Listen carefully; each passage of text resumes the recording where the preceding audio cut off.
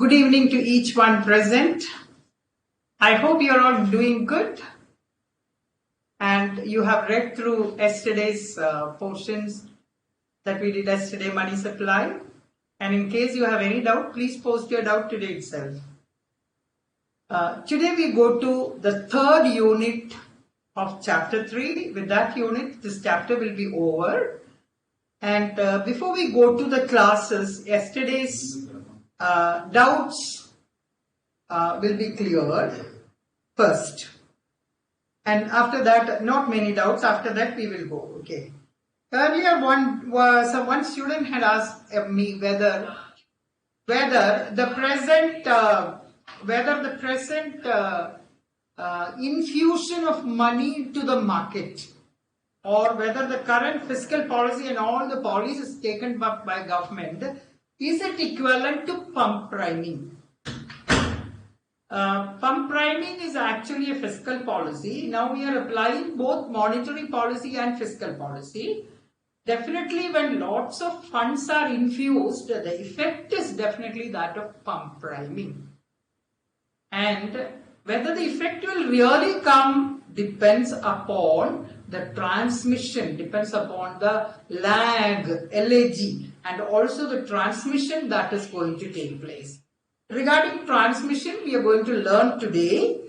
And pump priming, you cannot exactly say it is pump priming. Anyway, this is an easing policy, like very, very fast. We are trying to recover, just like other countries, we are trying to recover. So even though you cannot brand it as pump priming, definitely it is similar to pump priming. That is putting lots of money into circulation to increase the liquidity. Then another question that is asked by Daksh Agarwal from Hasanpur is, we know that there is an inverse relationship between interest rate and value of bond. Is converse true? That is, value of bond and interest rate. Is it true? Yes. Inverse relationship means, yes, when one is going up, the other will come down. So if one is coming down, other should invariably go up. I hope it is clear.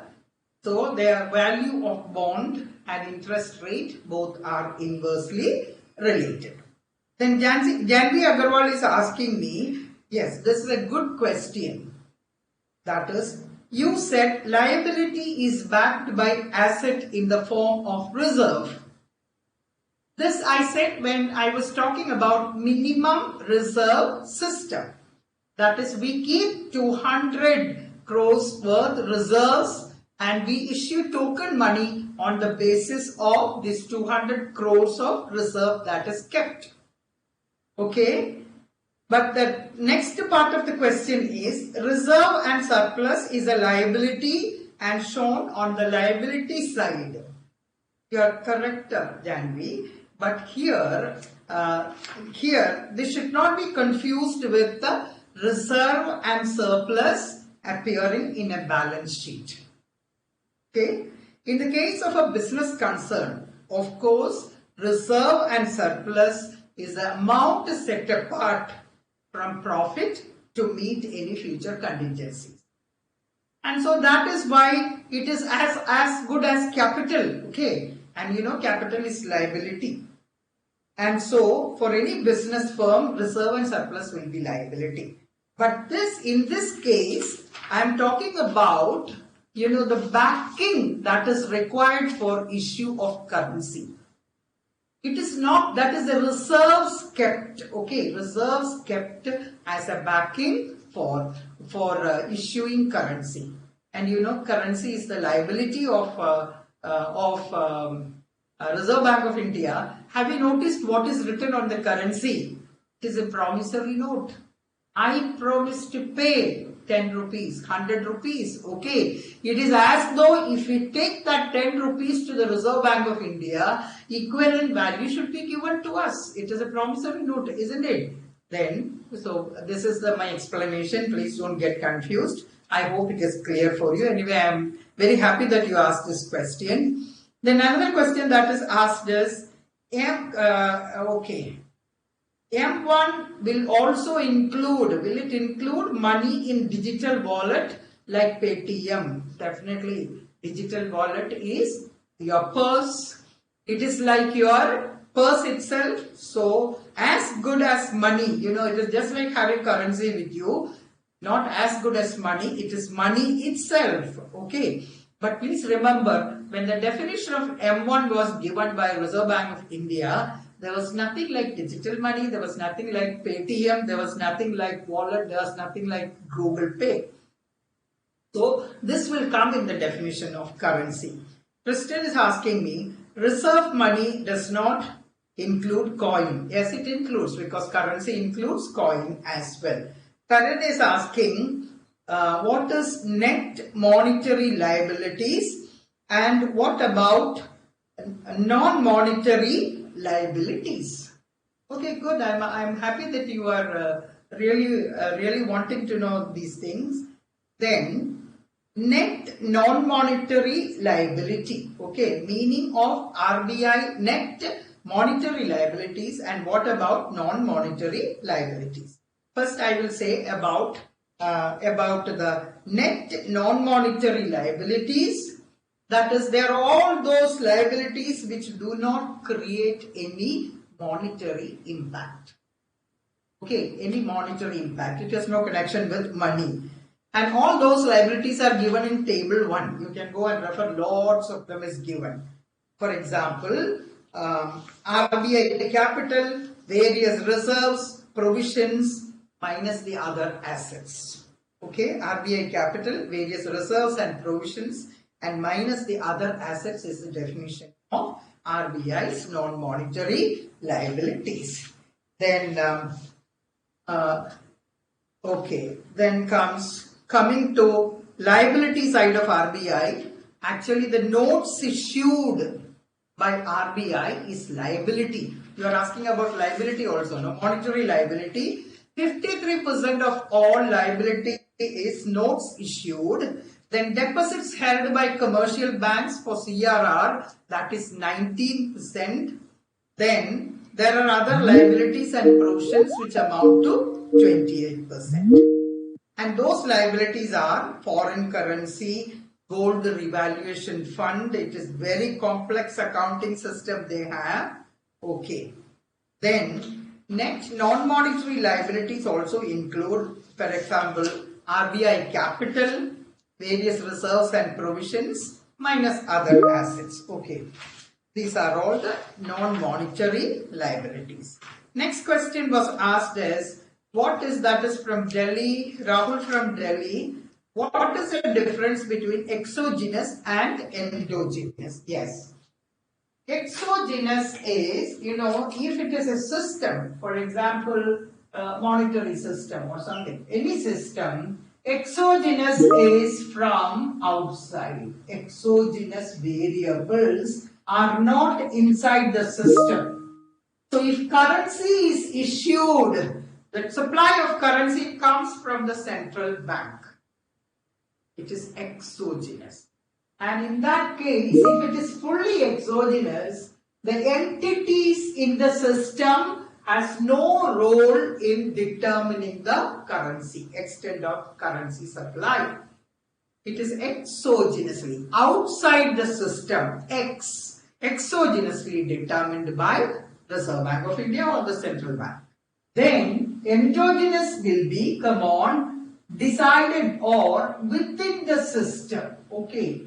Within the system, whatever is happening within the system, because that is there within the system, it is a determinant. Okay, if it is exogenous, any variable or anything within the system will not have any role to play. It is totally exogenous. But money supply is not totally exogenous. That was the earlier belief that it is totally exogenous, but it is both exogenous as well as endogenous. Why? Because yesterday we studied the currency deposit ratio, the currency ratio, okay, the behavior of banks or the CRR does not attract any interest. Any excess reserve, you can't keep in cash. This is done by security purchase under reverse repo, which we are going to study today in open market operations. And they are eligible. It is 3.35% now. That is the amount that we can receive once we give money to the Reserve Bank of India. Right. The last question is, ma'am, we will consider risk in investing in market and no risk in excess reserve. Very good observation. Because whenever we invest, that is what happened during the COVID time, no? Why invest in the market and undertake risk? Why lend money to a business? The probability of failure of that business is big because of COVID. The money will not come back. Okay. Then investing in market, then definitely there is risk in investing market, but please remember, they are not buying equity. They are buying securities, eligible government securities, which are riskless. Okay, return may be less, but it is not very risky. No risk in excess reserve, definitely. Lending is risky, okay, because it is not the right time to park your money in risky investments. That is why banks would definitely like to participate in reverse repo operations and then park their money with the Reserve Bank of India. Then they will get, even though rate of interest is less, they will get something. Okay, so they are not going to lose. Now with this we go to the next topic. You can keep your books open if you want. It's good that you keep your books open. We are going to monetary policy. And if you know it, this is very simple. If you don't understand, it is tough. Okay. So I have sent the PowerPoints early enough. And I think the monetary policy during the COVID time also I will be forwarding to you. And that is not included for examination. But in case somebody feels that students should know about what Reserve Bank of India was doing during the COVID time. So just rush through it, and find out what was the general trend. I have included some of such points in the PowerPoint also. So you may find certain things that is not given in the textbook in the PowerPoint. They are just explanations. I think that will give you a better understanding of the subject. We studied about fiscal policy. We know there are three components which are being manipulated by the government in order to bring stabilization. Now stabilization is clear for you. You know about the ups and downs in business activity and how fiscal policy is both expansionary and contractionary. Expansionary during recession and contractionary during that is a boom or high rate of economic activity or when there is high inflation. All these three are the same. Okay. Similarly, we have monetary policy. You remember three components, that is tax for the revenue component, expenditure, government expenditure and government debt. These were the three components we studied. Okay. Now here, in monetary policy, these are just like two arms of stabilization policy. Okay, some people say fiscal policy is good. For example, Keynesian theory says that monetary policy is not effective when interest rates are very low. What do you call it? Liquidity trap. Liquidity trap. You remember, any money that is injected in the economy will be hoarded by people, will not be invested. Okay, so there is no use. So some people say monetary policy, economists always differ, how to solve this problem, solve the problem of stability. Some people say monetary policy, and some economists are of the opinion that we should have both fiscal policy and monetary policy. Every single country is following fiscal policy as well as monetary policy. in order to solve this great COVID pandemic crisis. So you just cannot have one and ignore the other. They should, simultaneously, they should be together. Okay, they should be applied together. Okay. Now, what is monetary policy? It is actually controlling. We'll go to the definition. These are the two aspects that are controlled under monetary policy. On the one hand, money supply is manipulated. Please remember, manipulation does not have any adverse meaning. Manipulation is adjustment of the supply of money in order to attain certain objectives. Okay, so this says about the size or the quantum of money. Okay, the size of money supply, whether to decrease it or increase it. This tells about interest rate. What interest rate? The cost of obtaining money, isn't it? We pay interest rate. Yesterday we were discussing about it. So interest rate is the cost, that is the amount that we pay for getting and using money, which we don't have. Okay, or if you use some money, there is again an opportunity cost, that is the interest that you are losing or foregoing. That is the opportunity cost. So these are the two aspects. And so this is actually, if you are manipulating the interest rate, if you are changing the interest rate, you are actually changing the cost of capital. Okay, cost of getting money, right? And just like our fiscal policy, there is expansionary monetary policy. That is, you want to promote activities in the economy. You want to promote income, promote employment. Okay, promote economic activity. We go for an expansionary fiscal policy. When is it?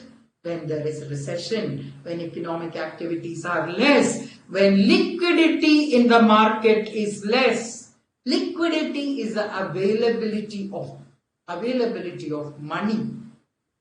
Okay, how fast you can get the money that you need. If you are a business person, okay, you go to the bank.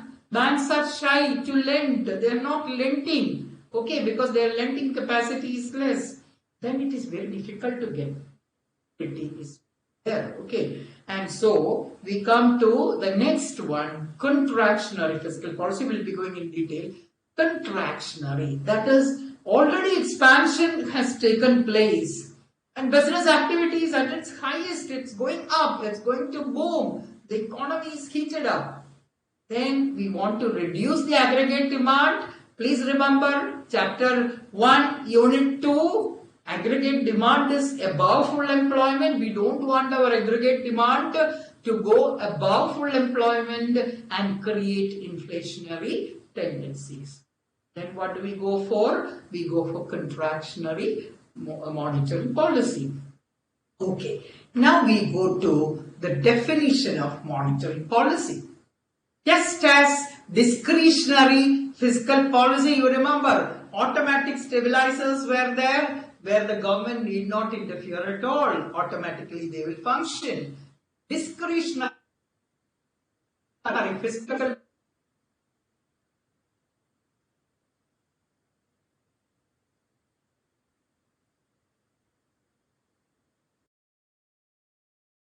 policy is action on the part of the policy. It is a deliberate program of action. It undertaken by the monetary authorities. Okay, who are the monetary authorities of a country? The central bank of the country is totally in charge of money, right? Then what is the purpose of this particular program, deliberate program? To control and regulate the demand for money. To control and regulate the demand for money, and to control and regulate the supply of money. Okay, demand for money and supply of money with the public, that is in the economy. They want to control how people demand and supply, how people demand money and how much money will be supplied by the central bank. And so this will decide the flow of credit, the flow of credit from the banking system, whether it should be reduced, whether it should be increased, right? And in doing so, so what is the central bank doing? It is playing upon the cost of borrowing, it is playing upon the demand for money and the supply of money. Why is it doing? It has a certain macroeconomic goal.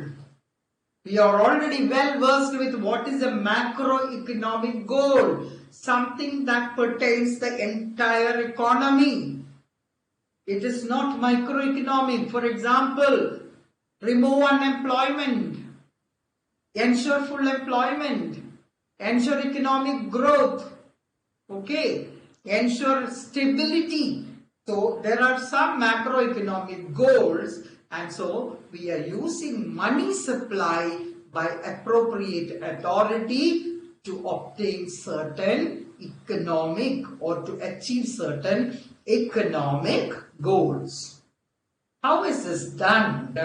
Which is not given in your book, but anybody will understand this, okay? When money supply changes, how will interest change? You remember we did one diagram, okay, here money supply, okay. At any point of time, money supply can be measured, okay, and we consider it as a vertical straight line like this. This is money supply. And this is the demand curve for money, because what we write here is interest rate. Higher the interest rate, come on, lower will be the demand. Okay, and so this is the demand curve, relationship between quantity demanded. You reduce the supply of money. Earlier it was this much. Now it is only this much. Okay, bring it down to M naught. What will happen? Earlier the interest rate was, come on, less R. Now the interest rate is gone up to R1. Did you notice? Other things remaining the same, demand remaining the same. When the supply of money is reduced, what will happen? The rate of interest will change. This is a very simple, we have not included any complexity in that. Usually studies on money are very, very complex. So what will be the effect? Come on, if you increase the supply of money like this, you increase the supply of money to M2, what will happen? Rate of interest will fall to R2. Clear? And so, you are sure that by changing the quantity of money, you can influence the rate of interest. Okay, if one is remaining the same, for example, demand for money remaining the same, supply of money has influence on interest rate. And so, once more let us say, it is a discretionary act. What are they trying to change? Number one, the supply of money. Okay, the quantity of supply of money. Number two, the cost of money. That is the interest rate. Okay, trying to make changes in the interest rate. And thirdly, the availability and use of money. Availability depends upon liquidity. Okay, availability of money in the market. So please remember three things: supply, cost and availability of money. Why do they do that? Because they want to have achieve certain macroeconomic goals like price stability. We are going to that very soon. Then how do they do that? There are some monetary policy instruments. Okay, monetary policy instruments You know what an instrument is. For example, a screwdriver is a very simple instrument. Okay. What do you do with the instrument? Come on, at the disposal of the central bank, monetary policy instruments, okay, they try to regulate the availability, that is extent of money available, cost, that is the rate of interest, and also the use of money and credit. The use of money and credit, that is how far credit should be given by the banking system. Who will use? Because central government can say, central bank can say, credit should not be given to such and such sectors. Okay, so who will get, how will credit be used? Okay, please remember it is a deliberate policy. Then in your book it is given demand side macroeconomic policy. It is a demand side macroeconomic policy, a policy affecting the entire economy, not any individual sector. And what is the meaning of demand side? Because we are, the aggregate demand. By these things, what we are planning to regulate is the demand. The demand for people. Yeah, people makes it aggregate demand. There is supply side. Have good infrastructure. Give all developments, economic developments, all possible facilities. Go for human capital development, the brains of people, education, health. That is a supply side. But here, what we are trying to regulate is the demand. Let's quickly go through that. What are the objectives? Okay, economic growth, just like fiscal policy. Okay, economic growth. Price stability. What is price stability? Ensuring that prices do not fluctuate. Okay, then optimum level of output. All these we are done in chapter 1. What is optimum levels of output? Full employment level of output. Okay, people, all those resources will be fully employed. Then balance of payments. Definitely we don't have a lesson on balance of payments. That is in our international trade. What we give and what we get.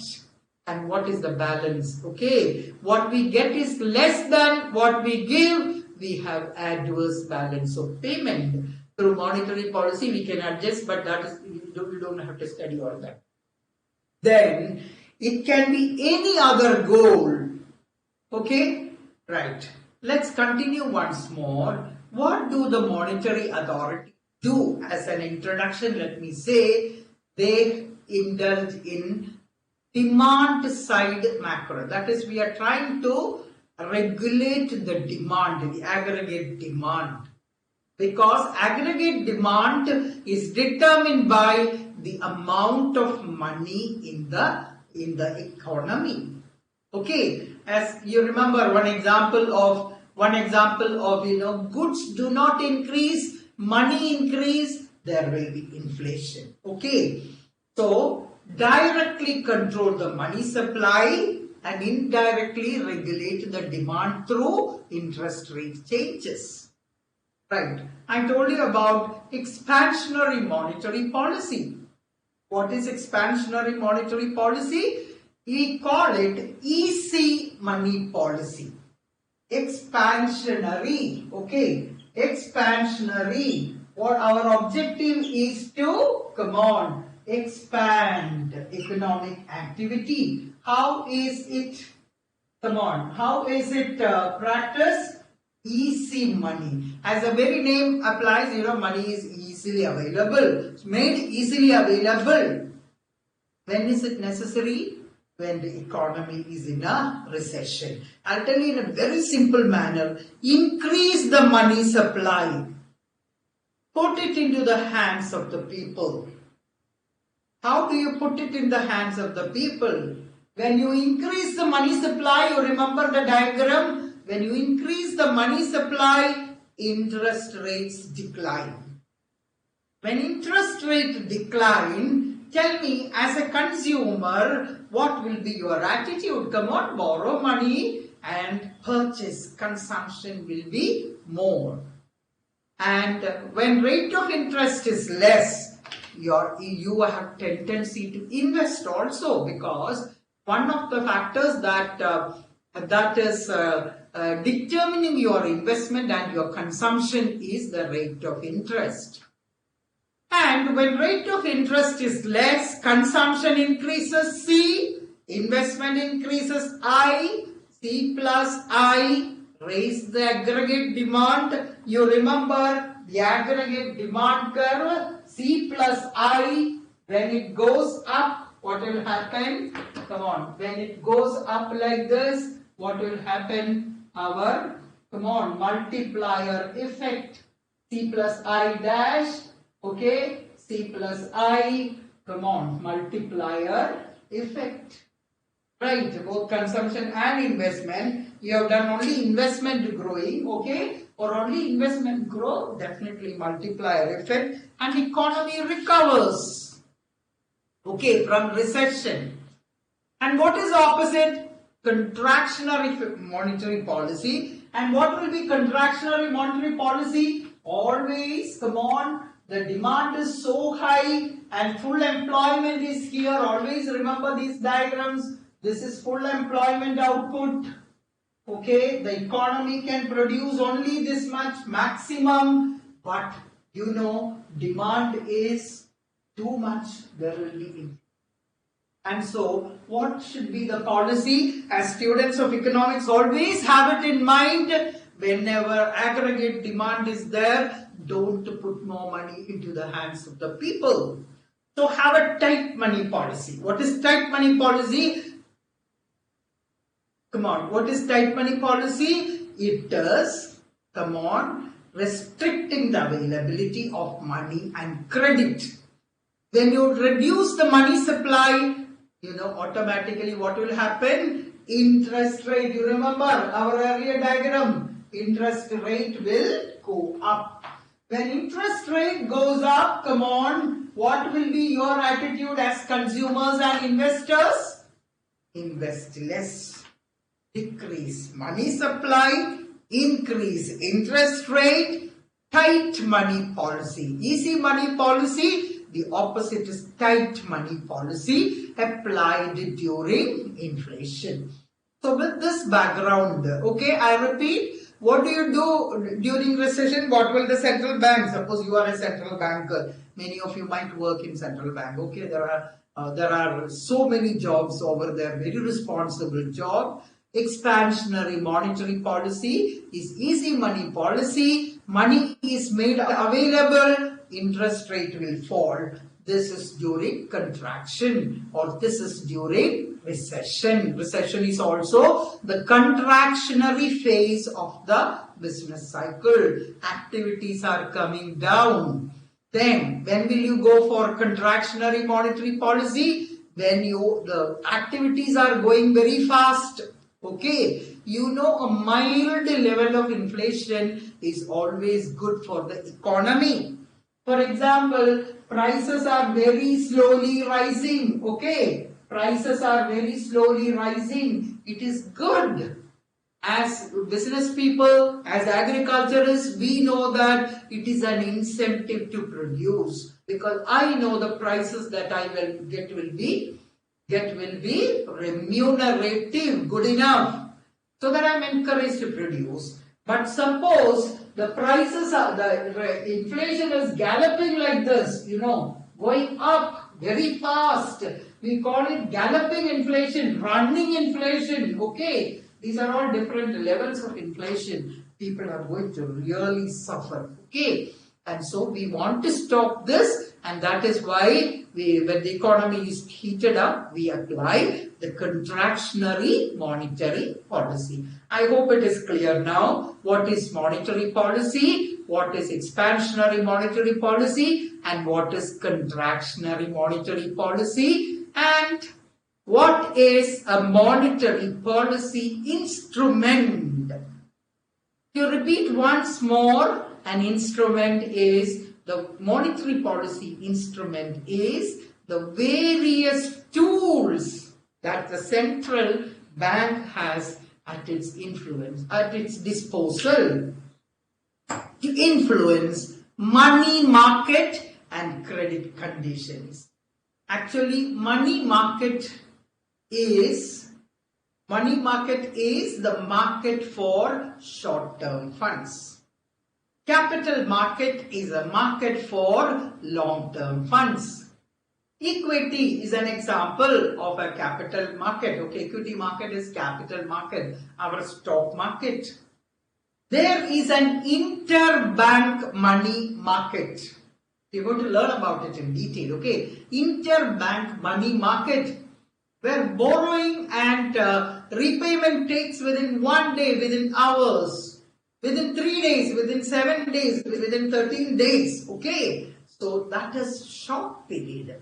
Now, why should short period money market function? Because whenever there is demand to fill certain gaps within the short period of time, for example, a bank needs 100 crores. What we are going to learn? 100 crores of rupees to meet the cash reserve ratio or the statutory liquidity ratio. Otherwise, it's punishable because it's a rule of the nation, in the rule of the banking system, that you should keep this much of SLR and CRR. I have no money today evening, I can. Okay, go and borrow in the money market. Okay, settle your SLR and all at the prescribed mandatory levels. You don't get money simply, you have to pay interest, isn't it? And so that is the money market and the credit conditions. And to pursue monetary policy objectives, come on. So usually you might have studied monetary policy in your school days, you know, open market operation, bank rate and all that. But this monetary policy that you study is divided into 3 sections. The first section is the monetary policy framework. The monetary policy framework. What is a monetary policy framework? There is a structure or there is a scheme in which monetary policy of any country is working. It is not only for India. You go to any country, there will be a monetary policy framework, and this framework is the same for almost all countries. Okay. And so the structure, how is it functioning is, so we will be studying first the structure. But in between, we will go to instruments because the structure is slightly technical, and if you know the instruments, then you understand the structure fast. Okay, one part of the structure I will keep till the third component of the structure is also. So let's go to the components. What is the meaning of component? What it is composed of. There are 3 components of monetary policy framework. 3 components. So it is divided into 3 components. The entire framework is divided into 3 components. What are the 3 components? First one is the objectives. Okay, this is the monetary policy framework, right? First is objectives. Okay, objectives of monetary policy. Now, the second one is analytics. Analytics. Analytics comes from the word analysis. Analytics of monetary policy. And this is actually transmission mechanism. Okay, transmission. Monetary policy transmission mechanism. This part is what I am keeping for the last, because you need to understand this part, then you will understand the analytics easily. Okay. third part is the operating procedure.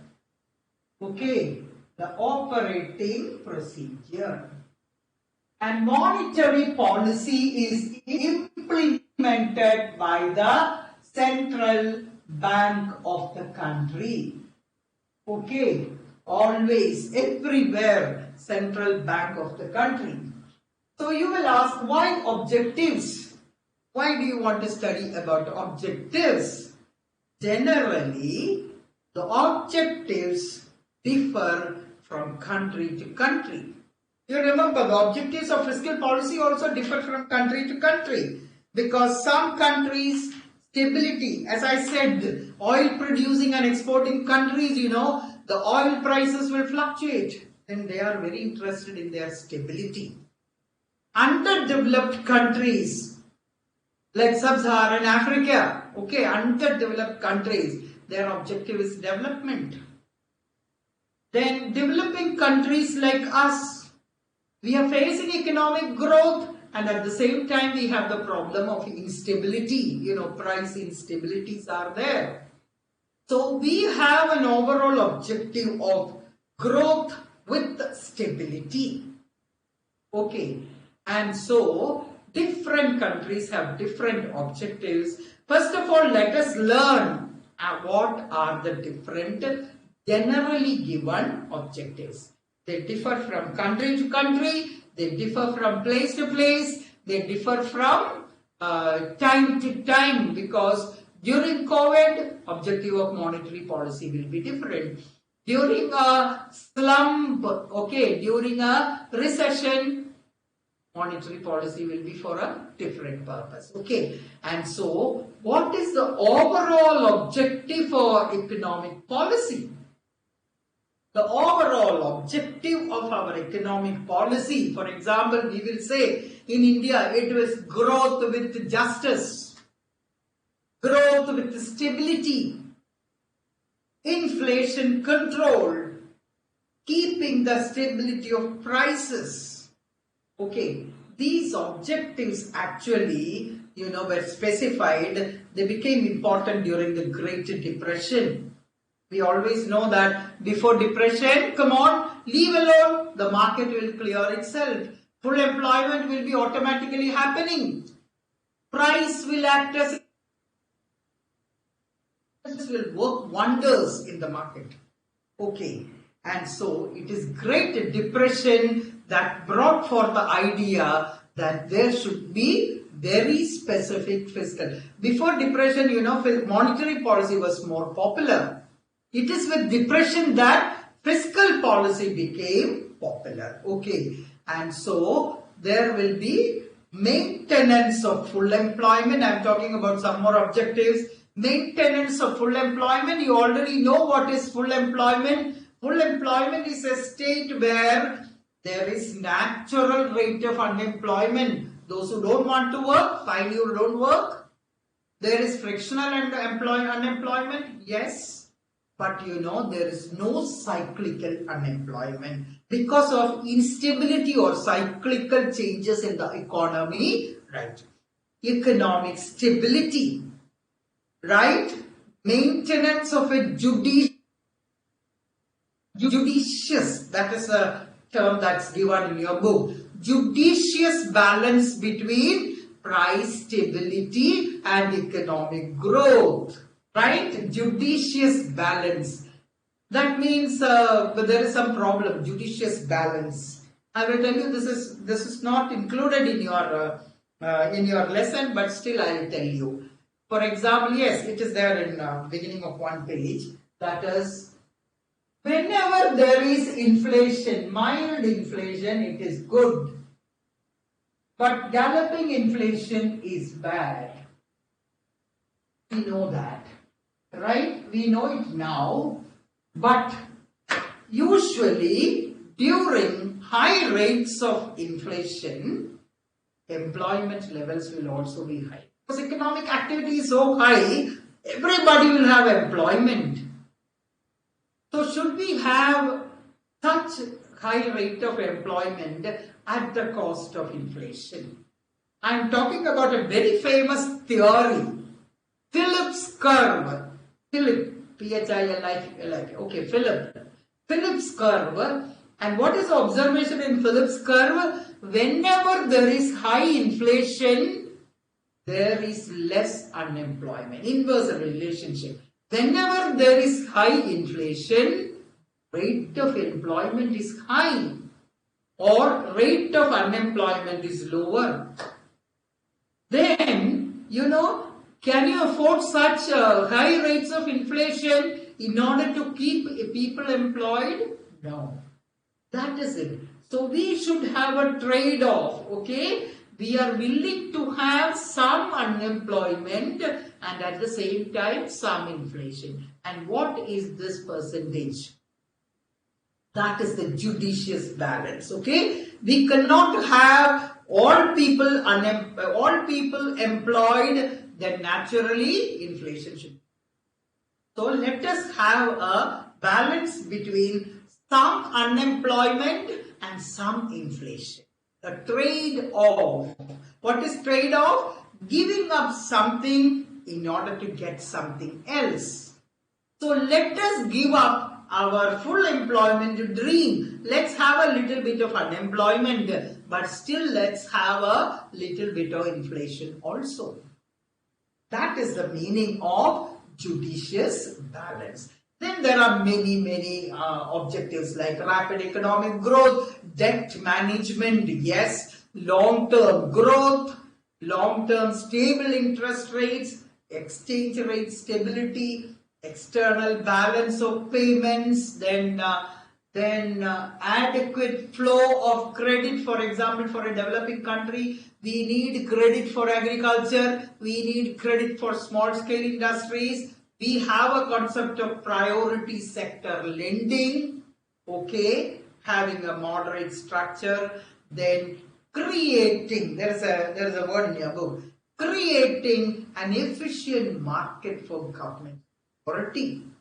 What is an efficient market? Please note it down. An efficient market is, actually it is a huge theory, that is, an efficient market is one market where all in price determination, all information is incorporated. Okay, all information is incorporated. Please go to your asymmetric information. There is no asymmetric information. All information is incorporated, and so the price is a efficient price. That is, the price reflects everything, okay? The price reflects everything. That is efficient market. Usually efficient market is about securities market, okay. Now, analytics of monetary policy. That is, the objective part is over. Now we go to the analytics of monetary policy. Now I said I'll keep it till the end, analytics, because that is slightly theoretical, and once you know what is monetary policy, it will be easily understood. But we can't write a book, leaving this at this stage. Analytics comes second, and the third one is, okay, what is this analytics? I wrote a transmission here. You know what is transmission? You know about the transmission of electricity, you know about the transmission of light, you know about your television transmission, you know about online classes, being relayed and transmitted. And so, what will be monetary policy? For example, the central bank is making a monetary policy of reducing the interest rate. Easy money policy. So, the country is so huge, entire banking system is there. You know how this policy will really percolate and show effects. Simply because central bank is making a policy, it is not necessary that it should get reflected immediately. It may or may not get reflected. If you have been going through monetary policy during COVID time, the transmission drip down into, that is how it is dripping down into the entire financial system. That is the meaning of analytics of monetary policy. That is how its effects goes down into the financial system. That is slightly theoretical. We will go it. So we now go to the operating procedures, which most of us have done at different levels. Now we are going to the operating procedure. Be with me because it is very, very interesting. You remember I said yesterday, when you look at money supply, if you are reading, say for example, an American website, they will say checking account, CHECK, American check, CHEQUE, checking accounts, travelers checks, very important component of money supply. But we don't include that. So please note which country. If you go to Turkish Central Bank, it is some other thing. Okay. So different countries have different types of operating procedures. But usually these theories are more or less the same. But since it is different for different countries, we have taken what is important for us is our country, isn't it? And so we have taken Reserve Bank's day-to-day operating procedures, right, as an example. I think understanding it will help read and understand any monetary policy on the part of any part of the world, right? So we go to the third part. What was the third part? Operating procedure. It is simple English. Operating procedure. What is the procedure followed in putting the monetary in framing the monetary policy and putting into, or how does it operate? Okay, if you know how to cooking, what is the operating procedure of cooking? Okay, you can go to the kitchen and do the operations, the actual operations. Okay, and so what is operating procedure? If you want to write, please write some extra things. You will be getting the day-to-day implementation of monetary policy by central banks. Every day to day. So don't think that they are sleeping and one fine morning they get up and start. No, day-to-day implement monetary policy. How do they do that? Through various instruments. Okay, various instruments at their disposal. Now we are going to learn about the instruments. For example, Reserve Bank of India's operating procedure. If someone asks you, for example, in an interview, you have done your economics. So, if you have done your economics, interviews become a little difficult, okay? Because you are experts in economics, right? And so, you are asked, what is the operating procedure of Reserve Bank? Then, you can simply say the answer, liquidity management. So, what is Reserve Bank of India doing in order to operate its monetary policy? Liquidity management. You already know liquidity is the availability of cash. You increase and decrease the liquidity in the market. Okay? That is how we are managing. Reserve Bank of India is managing the monetary policy. And for this, there are many monetary policy instruments. Most of you must have been very good students, and so now you remember everything that I say because you have done it so well in your plus 2 classes, okay, at various tools that a central bank can use to influence, I said, money market and credit conditions. Earlier also I said, money market, short period. Money market and credit conditions. Credit creation yesterday we have learned, isn't it? So all the tools that are there with the central bank, okay, to apply to influence the money market, right? And there are direct instruments and there are indirect instruments also. Direct instruments are, yesterday we remember, cash reserve ratio, liquidity reserve ratio. Then there are policies like directed. These are good terms, you know. Directed, targeted. Okay, we now say targeted public distribution system. This is a public distribution system, that is a rationing system, okay, which is targeted at a particular group of people. Okay, and so like that, now this is not targeted, I said directed credit. Directed credit, okay. There is a direction with respect to how the credit should go. Credit is money given through the banking system.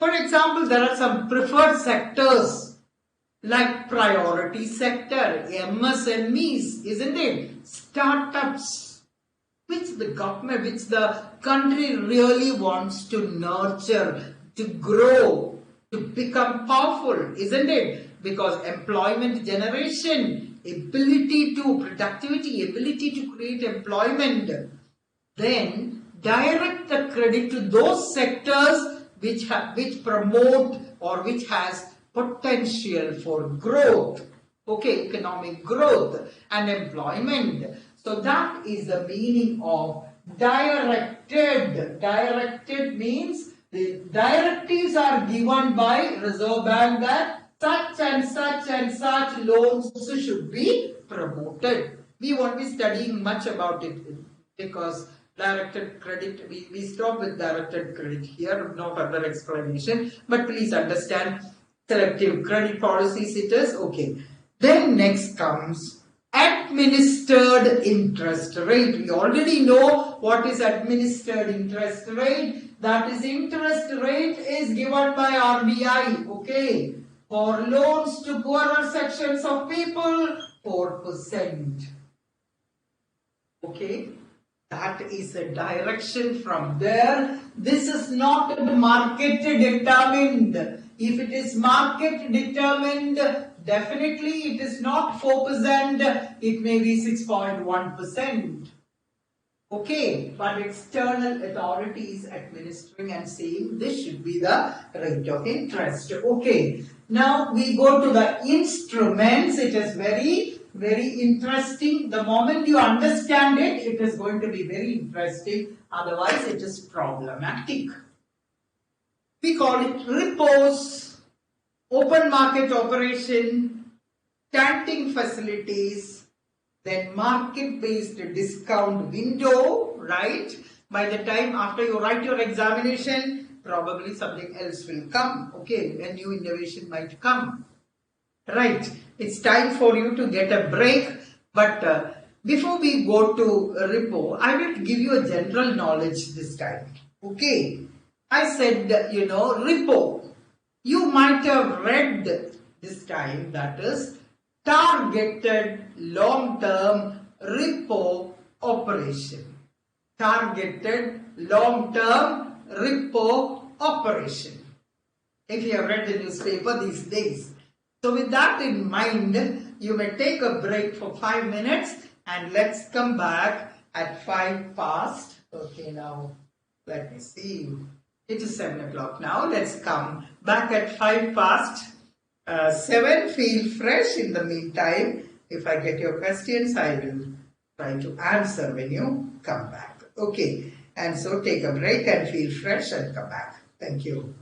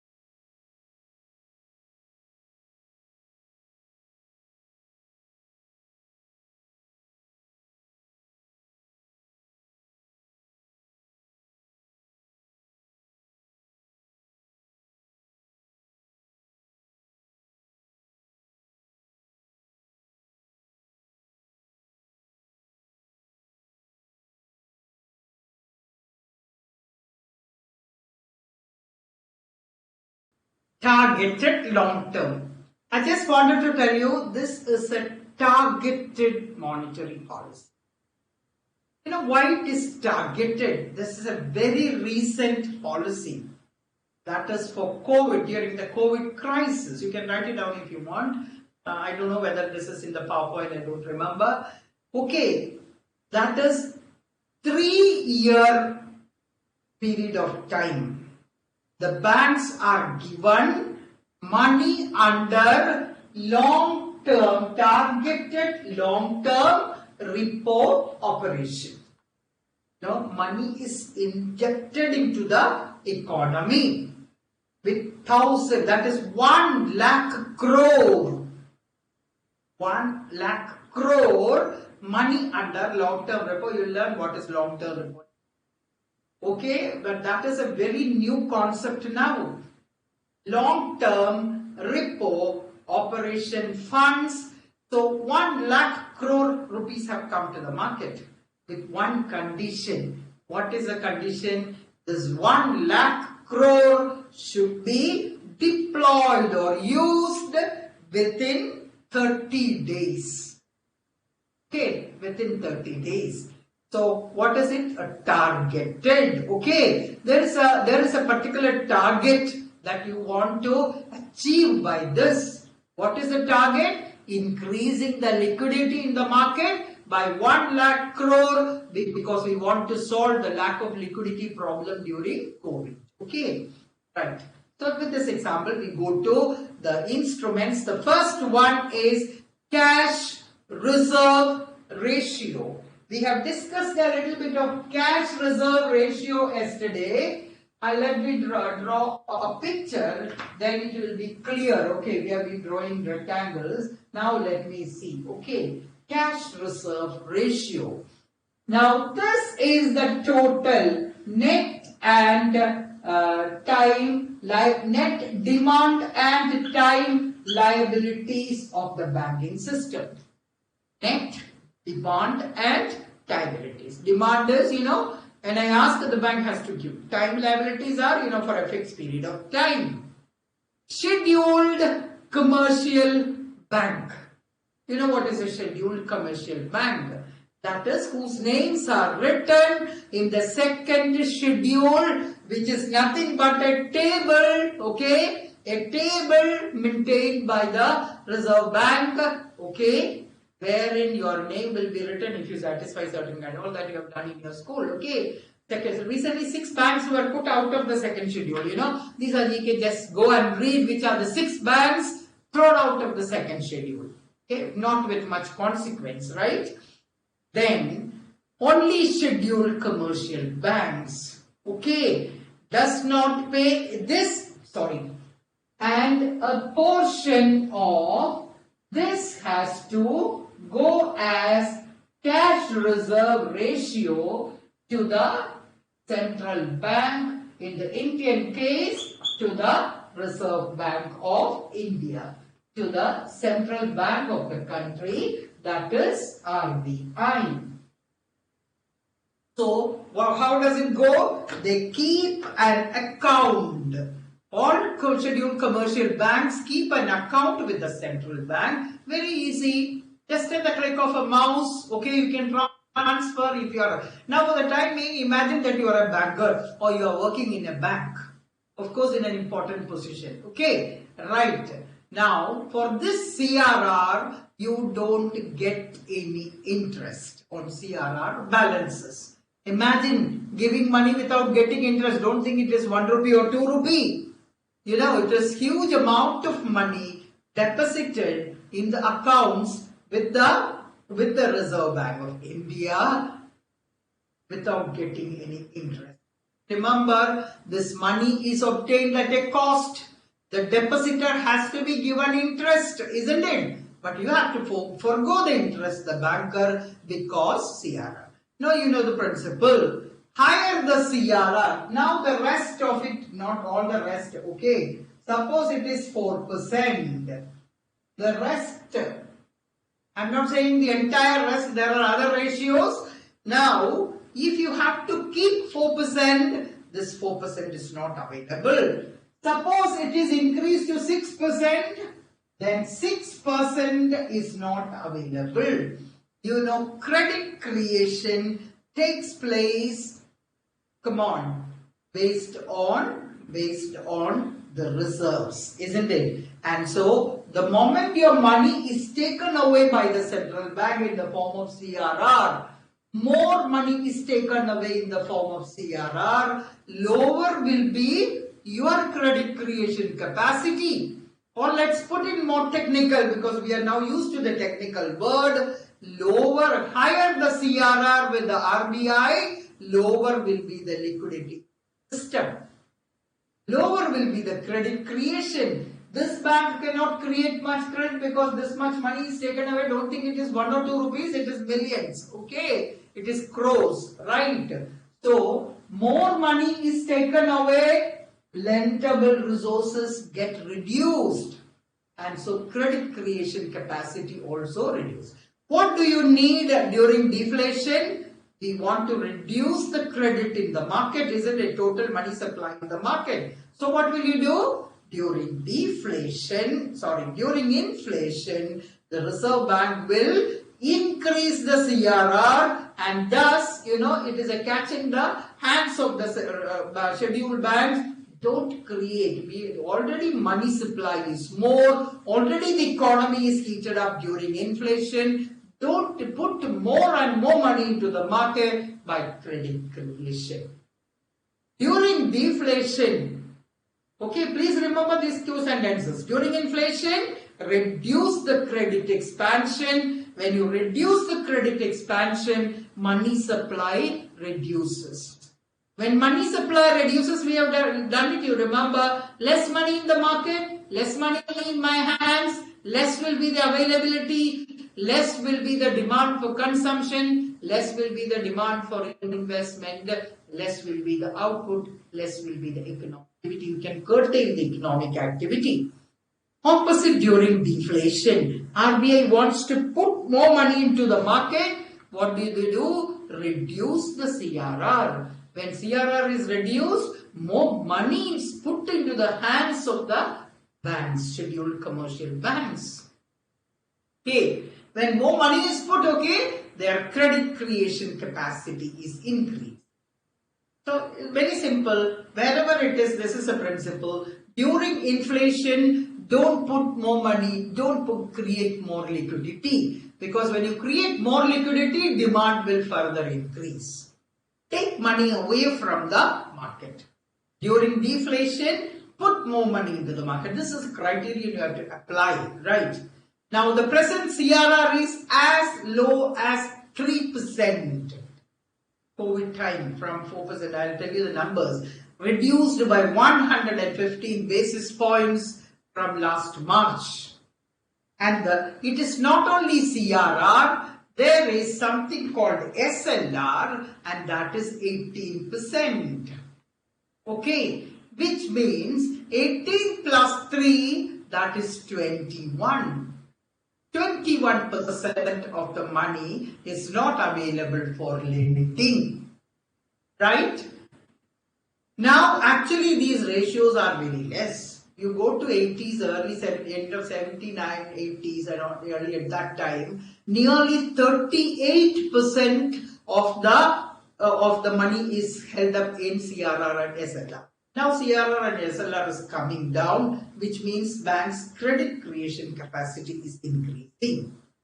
So CRR is clear for you. How CRR is applied is also clear for you. Now we go to the second component, that 18% I said, the statutory liquidity ratio.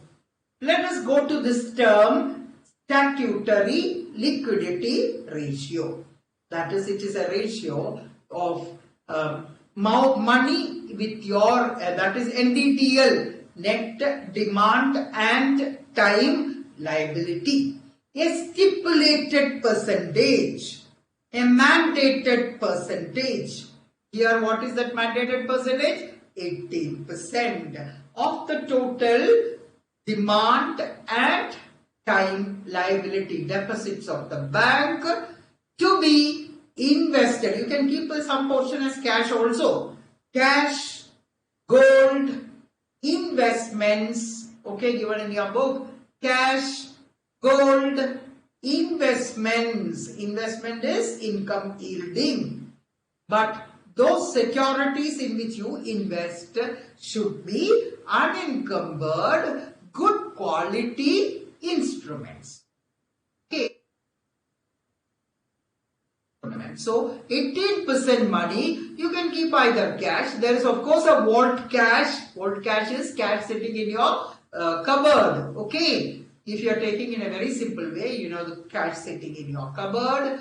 Along with that, you can keep some cash, no problem. Okay. And this also is not available for lending, right? This is a prudential measure. Prudential comes from the word prudence, isn't it? And prudence is using your logic in order to attain. That is, what is a prudential regulation? It is a type of financial regulation. Usually prudential regulation, when you say you're prudent when you sit and study, you're prudent when you spend your money. And what will be prudential regulation as far as the financial sector is concerned? You have to control risk. As you can't put your money, consortium lending is a fashion now, not fashion rule now, isn't it? A single bank, howsoever big, it will not put the entire money in a huge infrastructure project like a highway. What will happen? You are putting, suppose something happens, you are putting a lot of money. So to control risk, that is these prudential measures require that financial firms control their risk, hold adequate capital. Actually, if people borrow money and disappear, they don't give back. We have now many people disappearing from this country, isn't it? Okay, planning to disappear also, right? Then what happens is, your capital will erode, isn't it? So hold adequate capital as defined by capital requirements. Okay, financial institution, there are certain ratios of capital requirement.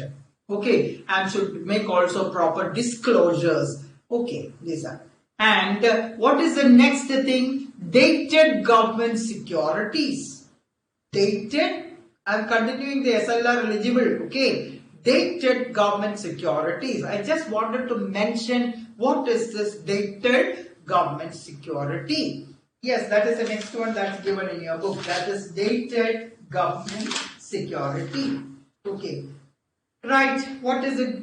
It is Government of India from time to time under market borrowings program. That is, these are simply long-term securities which carry either a fixed or a floating interest rate coupon. You remember, fixed coupon rate or floating coupon rate, which is given on the face value. What is written on the face is a face value. And usually, half yearly interest you will receive. It only means it is for a longer term security, not short period security. Short period securities are known as treasury bills. And these securities are issued at face value. That is all dated. Okay. Now, and the last one is other instruments, state development loans, other instruments. So anytime by a notification, by giving a notification. Now it comes in internet. Earlier it used, central bank circulars will come in paper form. Now it is published in the website, and very easily communicated, right? So from 2007 onwards, right, Reserve Bank can prescribe the SLR for commercial banks in specified assets. Okay. Now, that is SLR is prescribed. Now, as of now, it is, that is July or September, August. Today it is 18%. And some more instruments are there. Treasury bills of the Government of India. Okay, treasury bills are short period bills. Okay. Now that is it, liquidity, that is the second one. So we have finished 2, that is about the reserve ratios. By manipulating or changing it, during inflation and during deflation, depending on what the government is trying to achieve. If it is control of inflation, increase these ratios. If it is control of deflation, you want to put more money into the market, decrease these ratios. What will happen if you decrease these ratios? If Reserve Bank decreases these ratios, more money can be, more credit can be created, because the funds locked up as cash in the Reserve Bank's account or as securities and gold with you, okay, is less. So more money is available for creating credit. The more the liquid cash available for creating credit, the bank will act fast. They will create credit, provided there is no COVID or some emergency like that. That is during normal period. Banks, when they get money, because it is profitable to create credit. Without lending, they cannot make profit. Banks are lending institutions. They are intermediaries, borrowing money from us, lending to somebody else, and this difference is their profit margin. And we go to the third one, liquidity adjustment facility. Liquidity adjustment facility. We said central bank is managing the liquidity, and that is how they are operating. So this is the most important point. Okay, most important point. Of course, ratios and all are there, but this is something you really need to understand. From June 2000, that is 20 years back, as a bank, in your school days you have studied, a central bank is a banker's bank. A central bank is a banker's bank. So banker's bank means the bankers are banking on the central bank. Okay, so every bank keeps an account with the central bank. Why? Because for maintaining ratios, for availing facilities. Okay, and so it is a central bank which gives. Okay, it is a central bank which gives liquidity. Okay, liquidity to the, what is liquidity? You already know. It is cash available in the market. Okay, liquidity to banks when these banks, suppose these are all commercial banks, A, B, C, D, among so many commercial, not only A, B, C, D, there are so many commercial banks. Okay, whenever there is a liquidity crunch, there is a problem of cash, don't think about 10 rupees, 20 rupees, think in terms of crores, right? Then the Reserve Bank of India will provide financial accommodation, that is providing liquidity to bank. In our school days and college days, in our younger days, it was called financial accommodation. Okay, but now we use the term liquidity, right? There was a discount window when we were students. Discount window is rediscounting eligible securities. You know what is discounting of a bill of exchange, and what is rediscounting? Taking the discounted bills, get discounted again. That is rediscounting. So there was a popular discount window, but that is not fashionable. It is discontinued. And so, in case of requirement, you can avail liquidity, you can avail money, right? To be less fashionable to say, you can avail money. And how is this liquidity adjustment facility LAF working? Through repos and reverse repos. Repos and reverse repos. It is not a new word for you. You can, you remember this, in many, always you see about repo, reverse repo. Okay, earlier we used to hear lots about bank rate, okay. but now it is repo rate, that is the policy rate. Okay, policy rate. So there is a fixed repo rate. Okay, if you go to Reserve Bank of India's website and see on the left hand side, you will see what is the repo rate. That is the rate quoted for sovereign securities. That's the definition given in your book. You can look in your book if you want. That is the rate quoted for sovereign security. You know what is a sovereign security? Government security in the overnight segment. So how many days? T plus 0. Okay. That day itself, 1 day overnight segment of the liquidity adjustment facility. Right? And that is the policy rate. So it is a borrowing rate. Whenever banks want money, you will be given, but it is not free. Nobody gives money free. There is an interest that the Reserve Bank will charge from these banks, and that is the repo rate. And what is repo? It is repurchase option. Okay. Do you think you will simply get money? You will not simply get money. Money never comes at 0 interest, isn't it? It comes only in storybooks. And kids, okay, the Reserve Bank is here, okay, you get money from the Reserve Bank of India. For the time being, you think that there is only one bank A. You get money from Reserve Bank and not coins, I just represented, okay. And what is the security you will give back? What is the assurance that you will give back the money? Money does not come simply without any security. And what do? You pledge. You know what is meant by pledge? You pledge your eligible securities, not all securities. Okay, you have some securities under SLR. I said 18% SLR. You have some securities with you. Please remember, securities are not in material form now. It is all in dematerialized form, unless it is cash or gold, right?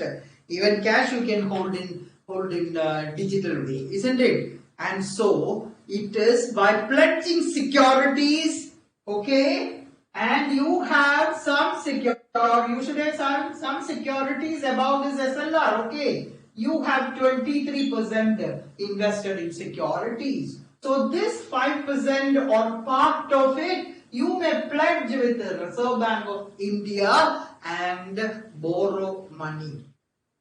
Okay. And there are different types of repo. Ordinary single day repos are there. Term repos are there. TERM.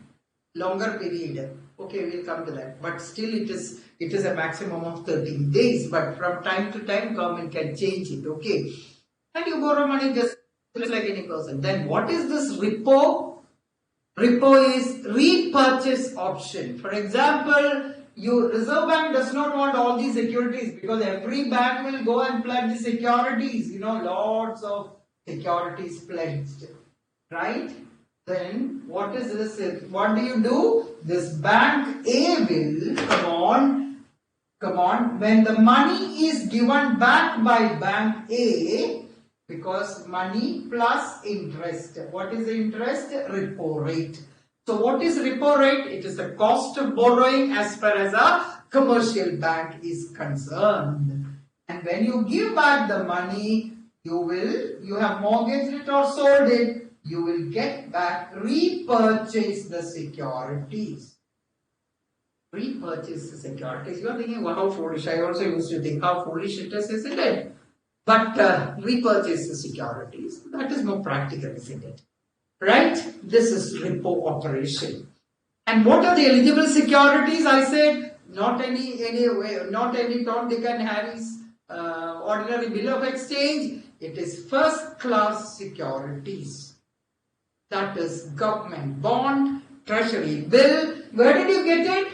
You have invested it, because any money the bank gets, the portfolio, different ways of making money. One is lending to people like us, another is lending to business communities, another is lending to so many, that is priority sector as per the requirement of Reserve Bank of India. Okay, then over the SLR requirement, you cannot dip into this SLR. Okay, if you have good investments, well and good, you can get money.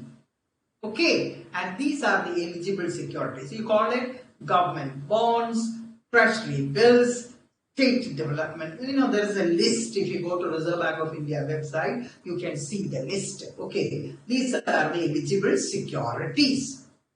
Now the policy repo rate is noted down 4%. That means policy repo rate. That's the policy rate. You can get financial accommodation at 4%. Okay. Then there is a reverse repo. What will be reverse repo? The opposite of this. Okay.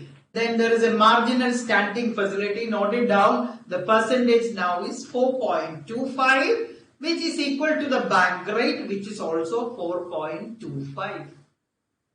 Okay. It's very, very low now. Why? COVID emergency time, isn't it? So repo rate is 4%. What is repo rate? The amount, the percentage of interest, the cost of borrowing from central bank.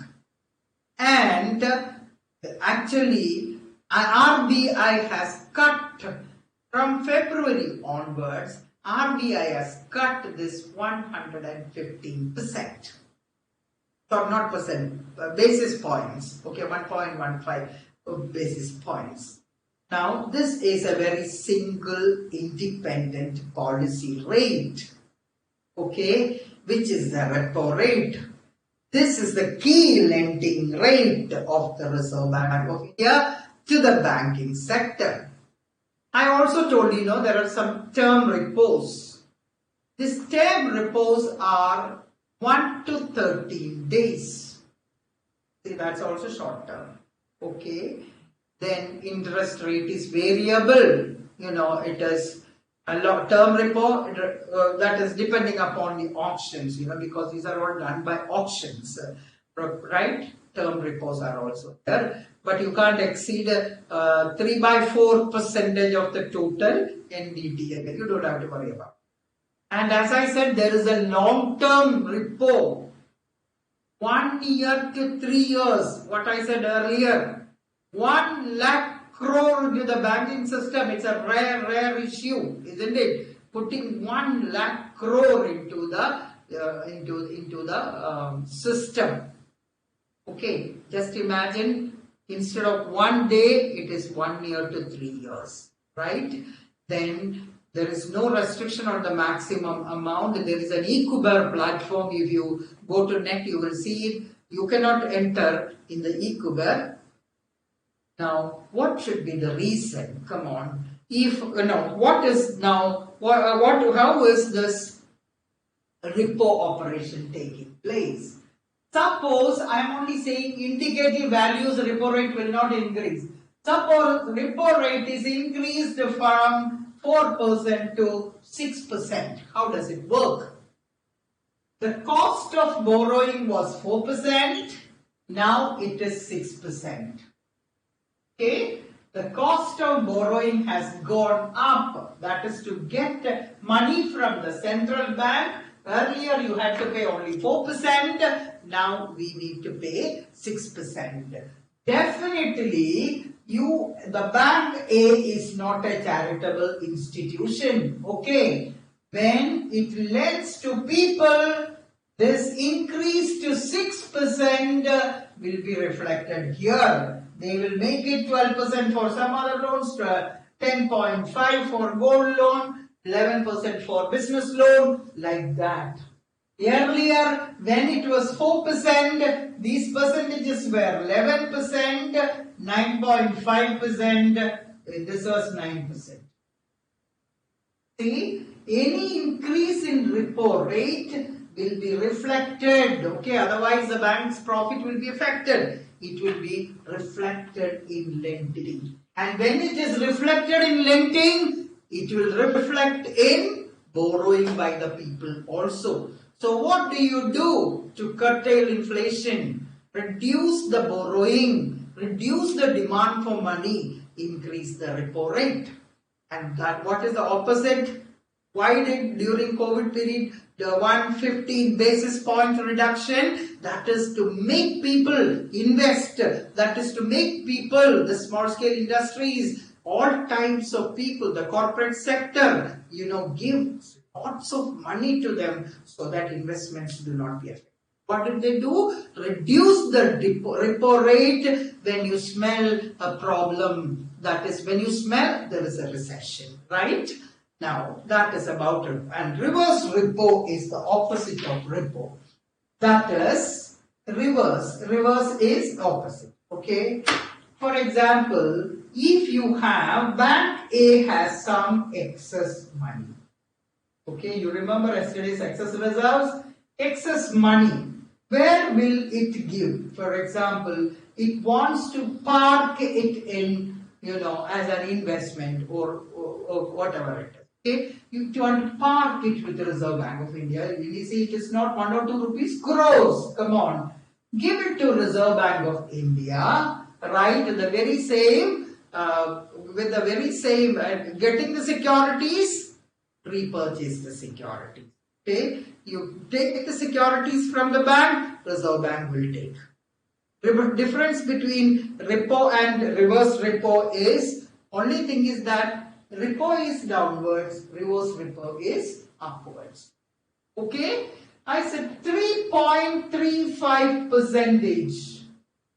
You will get a return of 3.35% when you park money under reverse repo. All the banks will give, just electronic transfers. You park the money, transfers of securities, because there is a security account with the Reserve Bank of India, right? Security, special security accounts is there, okay, SDL accounts, okay. So 3.35%. Don't think that it is bad. Now, if this is further reduced to 2%, it will not be, but I am only telling you an example. If reverse repo is reduced to 2%, what will be my attitude? My attitude is, don't give the money to RBI.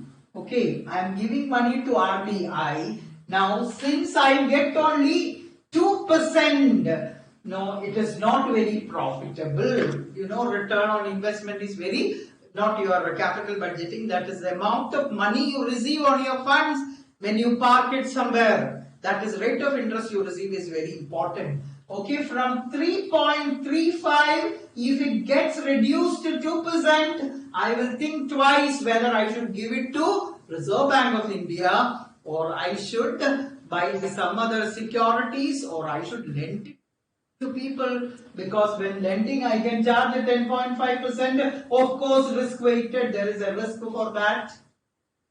But still, I might take this risk because repo rate is this. So when will repo rate fall? Come on. When government does not, or central bank does not want to encourage banks to park its funds in Reserve Bank. Yesterday I told you, these days, lots of liquidity is injected into the system, but different ways. But banks are keeping 8.5 trillion in Reserve Bank and getting 3.35%. That's why they reduced the 3.35, made it 3.35 to discourage banks from parking their money. What is the Reserve Bank of India wanting now? Put more money into circulation, lend, let people spend, okay? Let people invest, let people consume, because we have a problem of lack of mobility. We have a problem of not sufficient demand coming forth. We expect the aggregate demand to come down. So put more money into circulation. Don't bring money to Reserve Bank of India. That's why. Okay, but banks are happy with 3.35. Why? Because it is safe to our availability, right? 3.35. Okay. Now that takes us to another method, marginal. Okay. Marginal standing facility. Be clear about these terms. What is it that we finished? Liquidity adjustment facility. Now we go to marginal standing facility, MSF. This repo and reverse repo is because it is banker's bank. Then we studied Reserve Bank's functions. You studied lender of the last resort. If I am in deep trouble, where do I go to? I go to Reserve Bank of India. And so I will get additional. Already I can buy in under repo window, but I can get under additional amount of overnight liquidity. Okay. How do you get it? Through the, that is LAF window I am getting. But remember, LAF, the 18% should be intact and I have 23%. I am taking these 5% and using it for, okay, liquidity adjustment, reverse repo, whatever it is. Okay, for getting the repo rate. But here you are allowed to dip into this, right? Earlier it was 1%, later it was increased to 2%. Now during COVID time, for a few months up to September, they said, I think they haven't withdrawn it so far, I think. Okay, I did not see any notification. So you can dip into. That means for a margin of 3% SLR, you can sacrifice and take these securities to the Reserve Bank of India by dipping into SLR, because you have invested in SLR, okay?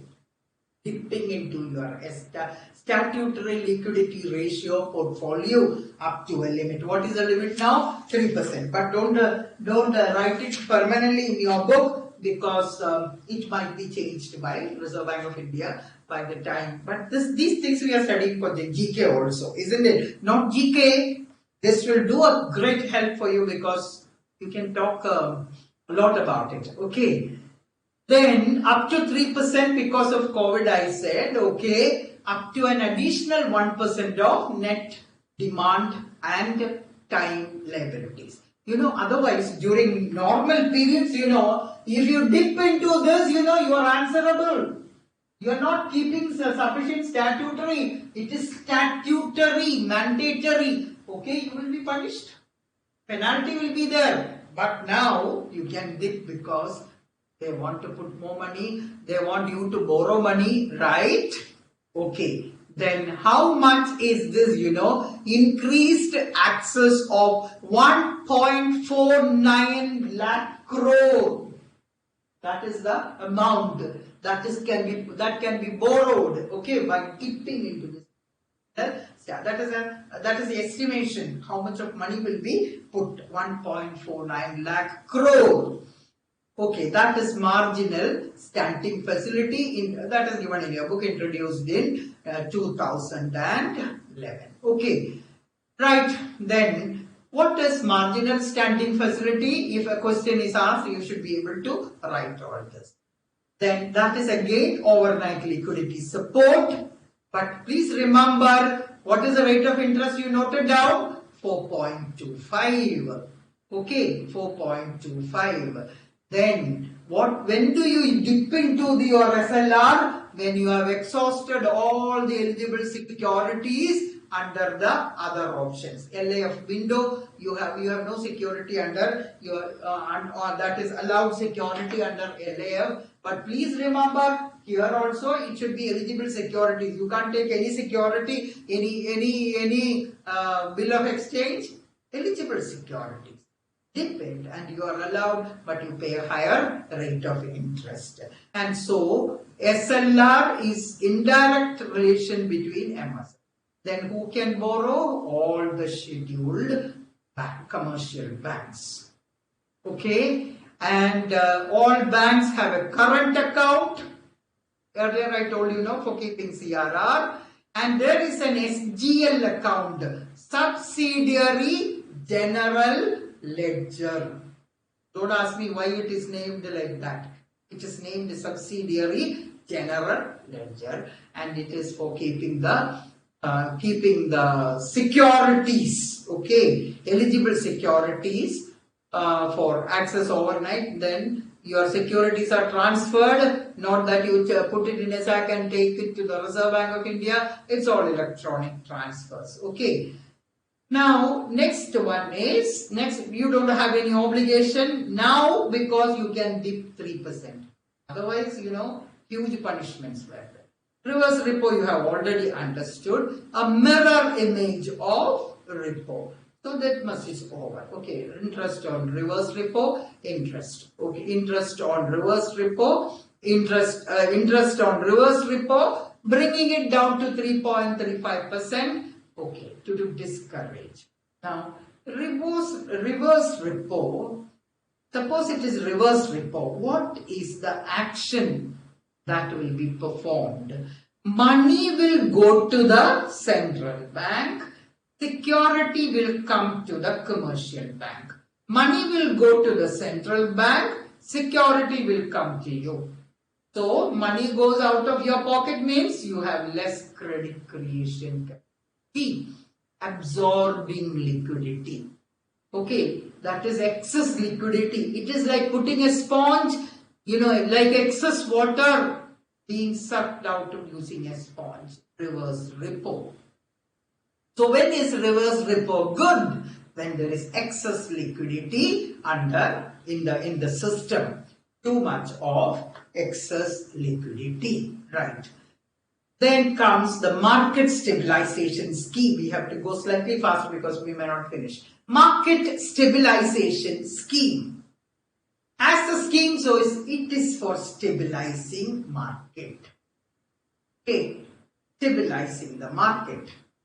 During some 16 years back, during that beginning of 2003-4, etc., what happened is huge capital inflow into the country. At this stage, you may not understand because we are going to exchange rate only in the next chapter.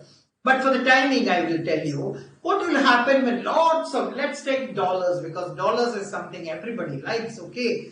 So, US brings lots of dollars, or we ask, you bring dollars, we are happy, you bring dollars. So, some investors, huge investors, they bring, maybe institutional investors, they bring a lot of capital inflow. When will the capital inflow take place? To take advantage of some interest rate differential, okay. And what will happen? Lots of dollars are available. What will happen to the price of dollar? It will decline. Price of dollar is decided by demand and supply. And so when dollars increase, less rupees will now bring $1. Less amount of rupees will now bring $1 means there is an appreciation. Okay, when dollars are brought, it is brought to the market, converted into rupees, and then investment is done, or portfolio investment, whatever is done. Okay, and so demand for rupee increases, supply of dollars increase, that is less number of rupees can now buy $1. And what is wrong in rupee appreciating? All that you will learn in the next chapter, we can't study now. There will be some problem with our export and import, prices. And so, you want to keep the exchange rate good. And what will you do? You buy the excess dollars. Reserve Bank can always buy the excess dollars with Indian rupee. And so, what is the procedure? Indian rupee demand will go up, dollar supply will come down. Okay, and so what will happen? More Indian rupee is put and appreciation is. And so what happens when more Indian rupee is put into the market? Inflation. Okay, inflation. Because investment came and you have a lot of dollars, rupee appreciated. Don't worry about rupee appreciation.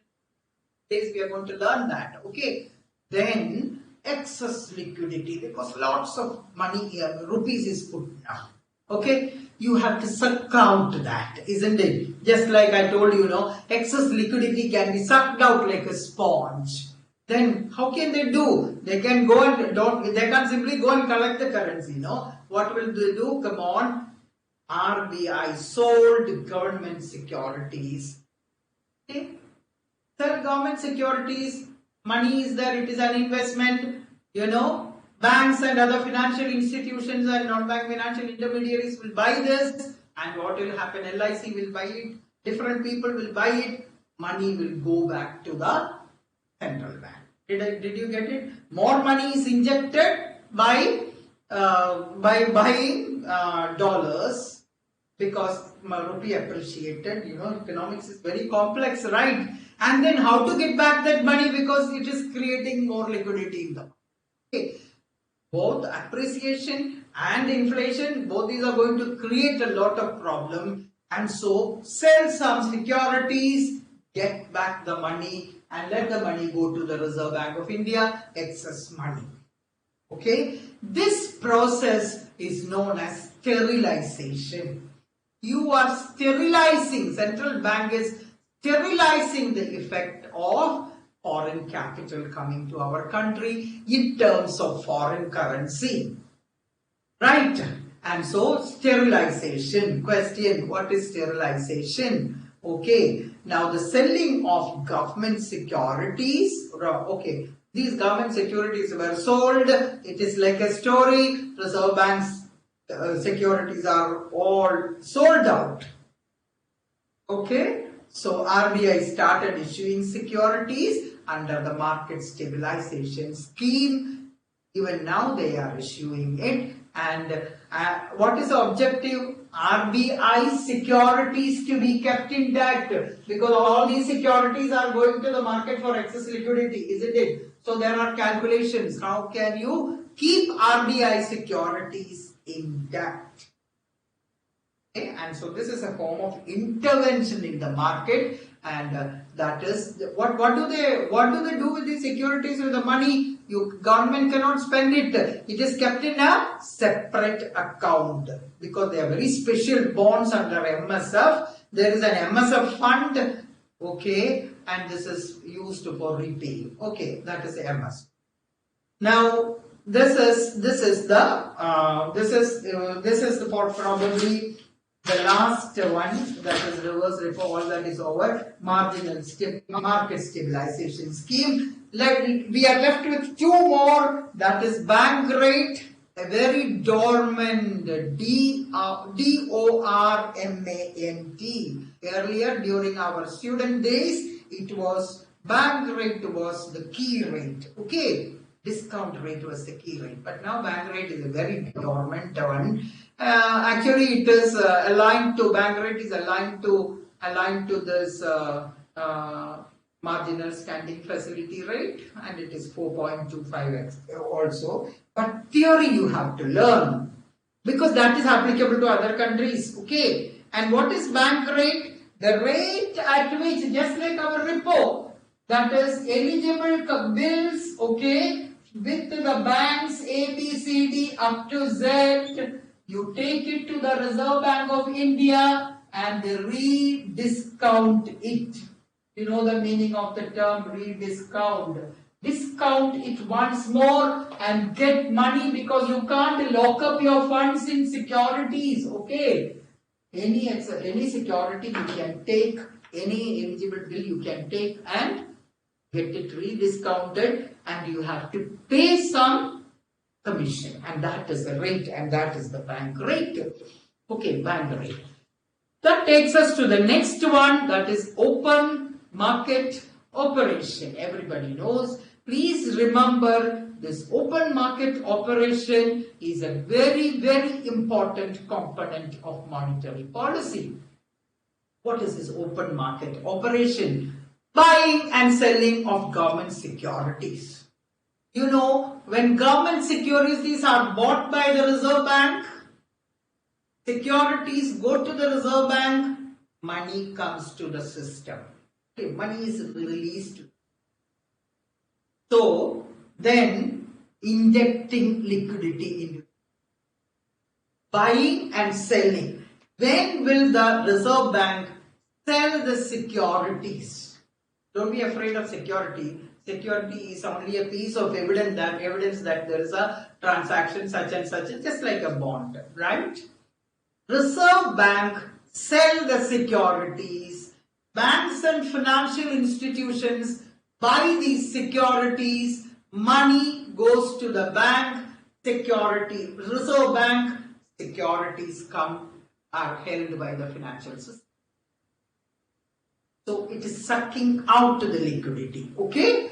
So both inject and withdraw liquidity. Inject liquidity when there is lack of liquidity in the market. Then you will ask me, how is the Reserve Bank knowing? There are so many statistical ratios which they do, and every moment statistics is being collected every evening. Fortnightly, there are so many returns to be given, there are so many reports to be given by the banking system. Looking at that in a very specialized way, they know what the liquidity. Every evening, what is the position? The interbank money market, okay, there is a call money rate. If the call money rate goes up, what does it mean? What does it mean? There is liquidity problem. Because money is not available. You ask a central bank, you ask the Bank of Baroda, do you have money? No, I don't have money. Excess money to lend to you. There is liquidity crunch. So I will pay higher amount, okay, in the interbank market. I will pay higher call money rate. So call money rate going up is a sign of lack of liquidity. So the simultaneous purchase and sale. Now a very latest one is, on August 25th this year. Simultaneous purchase and sale of government securities in 4 tranches, that is 4 times, 10,000 crores. Okay, and so what is the effect? Putting more money again into the market. And so we have bank rate, open market operations, and this is the way, these are the credit, right? With that, I think it is over. Now we go to the organizational structure, just 5 minutes, and then come back to the analytics. I'll give a 2 minutes or 3 minutes break in case you are tired listening. Okay. So that takes us to the organizational structure. It's given in your book, organizational structure. Who is conducting this monetary policy? Earlier, it was the governor of Reserve Bank of India. Only 1%. Somebody asked me, an economist, so many economists. I said Amartya Sen, but Manmohan Singh, right? Really good economist. And look at Nirmala Sitharaman ji. She is also a very good economist. Sometime I saw her, her newspaper announcements and all, so sensible when she was in the Ministry of Commerce, Then I checked her profile, JNU student, not surprised. So these people know, the theory, and so it is Manmohan Singh, a great economist, So when it is the Reserve Bank governor alone deciding, it is you are not a knowledge of experts. And so they started, that is policy committee. A committee is a 6-member, 3 people from the Reserve Bank of India, the governor, the deputy governor, and 1 more member in the board. Then 3 people are taken from outside. People of integrity, people of experience, people who have had experience with monetary policy conduct, those who have made impact with their research and with holding good positions, right? They are basically economists, okay? And so these people are inducted, and monetary policy committee will meet once in that is 4 times, that is one is in every quarter. Actually, today the news came, actually they were supposed to meet end of early October, because October is a time when monetary policy, the next repo rates, policy rates are announced, they hold a meeting and then the report is presented in Reserve Bank of India website. What do these 6 people say? 5 people might agree for a policy cut, but the 6th person will have some other reason to say, because they are all observing the market, okay? And so these people will look at the policy rates and whether it is sufficient. They will look at the liquidity in the market, okay? Then comes the report. And based on majority decision, the policy rate. Very important decision. It will have, we are going to transmission mechanism. It will have such a lot of effect on the market. Okay. And we'll come back to the Monetary Policy Committee after the break. Or you will either go to analytics. Please take a break of 3 minutes. In the meantime, I look for there will be no queries. Please take a break of 3 minutes. It's 8 o'clock. Please come back out before 8:04. Thank you.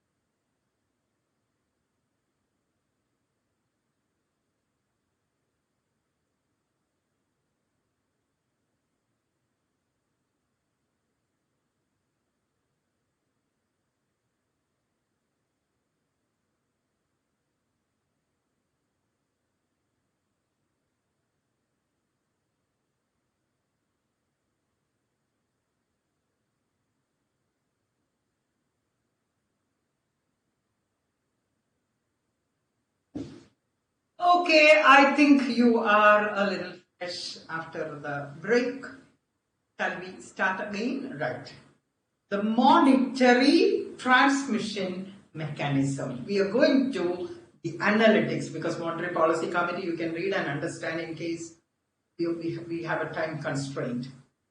Analytics of monetary. What is the first one? Objectives of monetary policy. The second one is analytics of monetary policy, which I said we will continue later, because we will first go to the processes, the procedures and tools and procedures of monetary policy. Then you will understand this easily, right? So this is actually the second point. We finished the third point and organizational. We'll come back if time permits. We go to analytics of monetary policy. That is the process or the channels.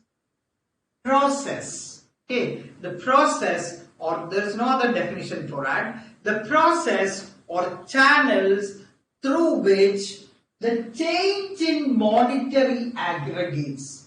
Okay, money is applied, let it be some interest rate change, let it be a reverse repo change, let it be a repo change, whatever is it, the policy that is taken up by the government affects real variables. What is a nominal variable and what is a real variable? What is a real variable? Output is a real variable. In tangible terms, in physical terms, okay. Then prices, variable, right. Then it can be, going further, how it affects employment, how it affects inflation, how it affects general levels of prices, and how it is impacting the rest, okay, or the economy, the rest of the financial system. How much it will percolate. Sometimes it is not necessary, okay. An action by the Reserve Bank of India may not drip down or drop down or pick any change, any reaction on the part of them, okay. For example, the COVID money injected into the system. What did they do? Easily park it back, right? Okay. Because it is rule, you can't say it is party. You have to change make a policy change otherwise. Okay. So sometimes a rate of interest change because of a repo increase or a decrease may not reflect in lending rates. Then we say the monetary policy transmission is poor, or the mechanism has not worked. Okay, the policy, that is usually so, isn't it? We said government intervention in the chapter 2.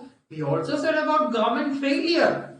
That is, government intervenes, increases the cost, makes a chaos, and market would have been better, we feel sometimes, isn't it?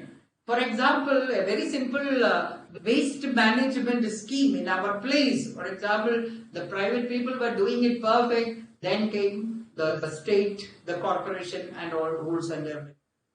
And finally, it was upside down, the waste management. Okay, so sometimes governments can enter or corporations can enter. Local bodies can enter and create chaos. That is and also cost for people and cost for themselves. Okay, and ultimately there is a breakdown of the entire thing. Like that, monetary transmission mechanism sometimes may not work. So, how a policy induced changes in the nominal money stock, of course, nominal money stock, okay, then how it will get reflected in interest rates, because you change the policy repo rate, okay, definitely it should affect we expect it should affect change in the interest rate this side or that side depending on the change in repo rate, and these are not really getting reflected in the interest rate. That was a complaint 2-3 years back, isn't it? Even the policy rates are reduced. Banks are not, this is not reflecting in the lending rates of banks. They are still keeping rates higher. That means transmission has not taken. If transmission has not taken, come on, there will be no impact on real variables like output, aggregate demand, employment. Okay, what is it that we want to achieve? We want to achieve the changes in real variables, okay, and that is not happening, which means monetary policy is not effective. Okay, real GDP is not increasing, interest rates are not changing, isn't it? Okay, the interaction between monetary policy and the real economy, people like us who walk, down to earth. What is the impact on the economy down to earth. What is the impact on employment? What is the impact on me? What is the impact on people? What is the impact on financial system? Okay, now is there a change in total demand? Is there a change in production? Is there a change in any of the macroeconomic variable that I wanted to change? Okay, now this is a very complex theoretical structure described in different points of view. Somebody will bring a theory, then somebody will go for an empirical. Empirical is taking real data, seeing whether this is good. Okay, there are basically 2 points of view. One is a Keynesian point of view, where fiscal policy is more important than monetary policy. The other is a monetarist point of view. And what is monetarist point of view? Money alone matters. That is the monetarist. You manipulate the money, you go for monetary policy, the economy will be perfectly alright.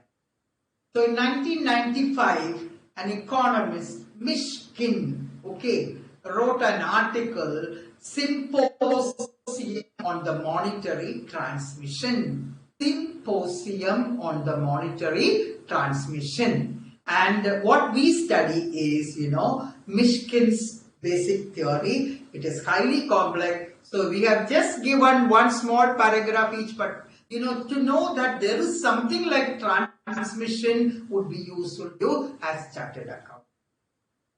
Okay, because you will be working in financial sectors, you should be knowing, what is the policy by the Reserve Bank and how it will affect the sector in which you are working. And more than that, just to read and understand a business or financial daily, you need the language they talk. Probably you might have noticed a difference in language which the accountants speak and which the economics people speak. We have certain jargons which have difference, which are different from accountants use. Okay, and so get used to that jargon, because you will find you work with IAM people, you work with great people, you work with economic service people. People will be using a jargon which is different. Okay, and these jargons are very important in your life. Okay, I think that was a break again. So we go to 4 different mechanisms. Be with me. It is very simple. It is written in the most, in an LKG standard, I will say, right? Because those theories are so complex, right? Now, what are the ways in which this transmission take place? Okay? Everything in economics goes like a story, which you tell your children, tell younger children, okay? When this happens, this will happen, and this will happen, and ultimately the princess was married to the prince, okay? Like that. So let's take it as storyboard, right? So there are 4 channels, okay? One is the interest rate channel. 2 is the exchange rate channel. 3 is the quantum channel. That is, okay, you can open your book and see. 3 is the quantum channel. And the 4th in that comes money supply and credit channel, 2 channels. And 4th is the asset price channel via equity and real estate prices. It is only 1 page, but you have to read it thoroughly, understanding, because only half of what is necessary is mentioned there. Okay, understanding and enjoying it thoroughly. Okay, you might laugh when I say you enjoy economics, but later you will find you really enjoy seeing economics. Okay, provided you understood it, isn't it? Each and every word you understand, the implication. Now we go to the first. I told you, Keynesian and monetarist. So the first is the Keynesian interest rate channel. Keynes also talked about it.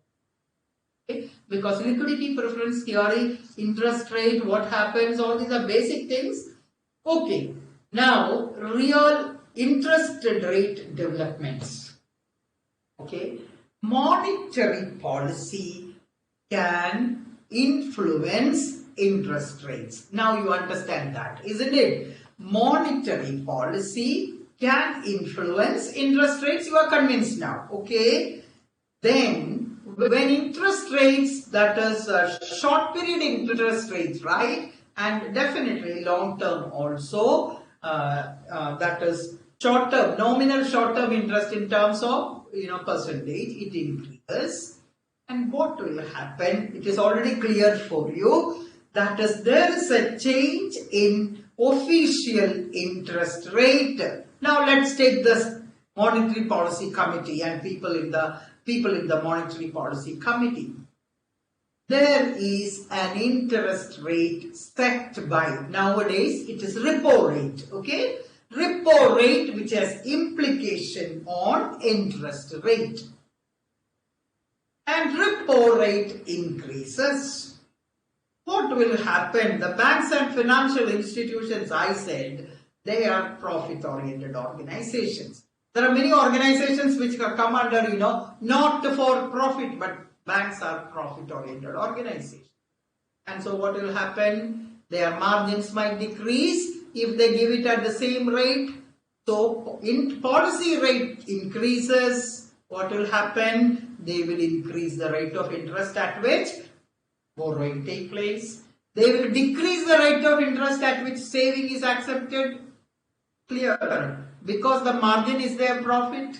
Okay. They will increase the lending rate, decrease the saving rate, and what will happen? And I am looking at market, for example, my housing loan. Yeah, interest rate has gone up. Okay. Because I have taken it on floated mortgage basis, floating interest basis. Okay.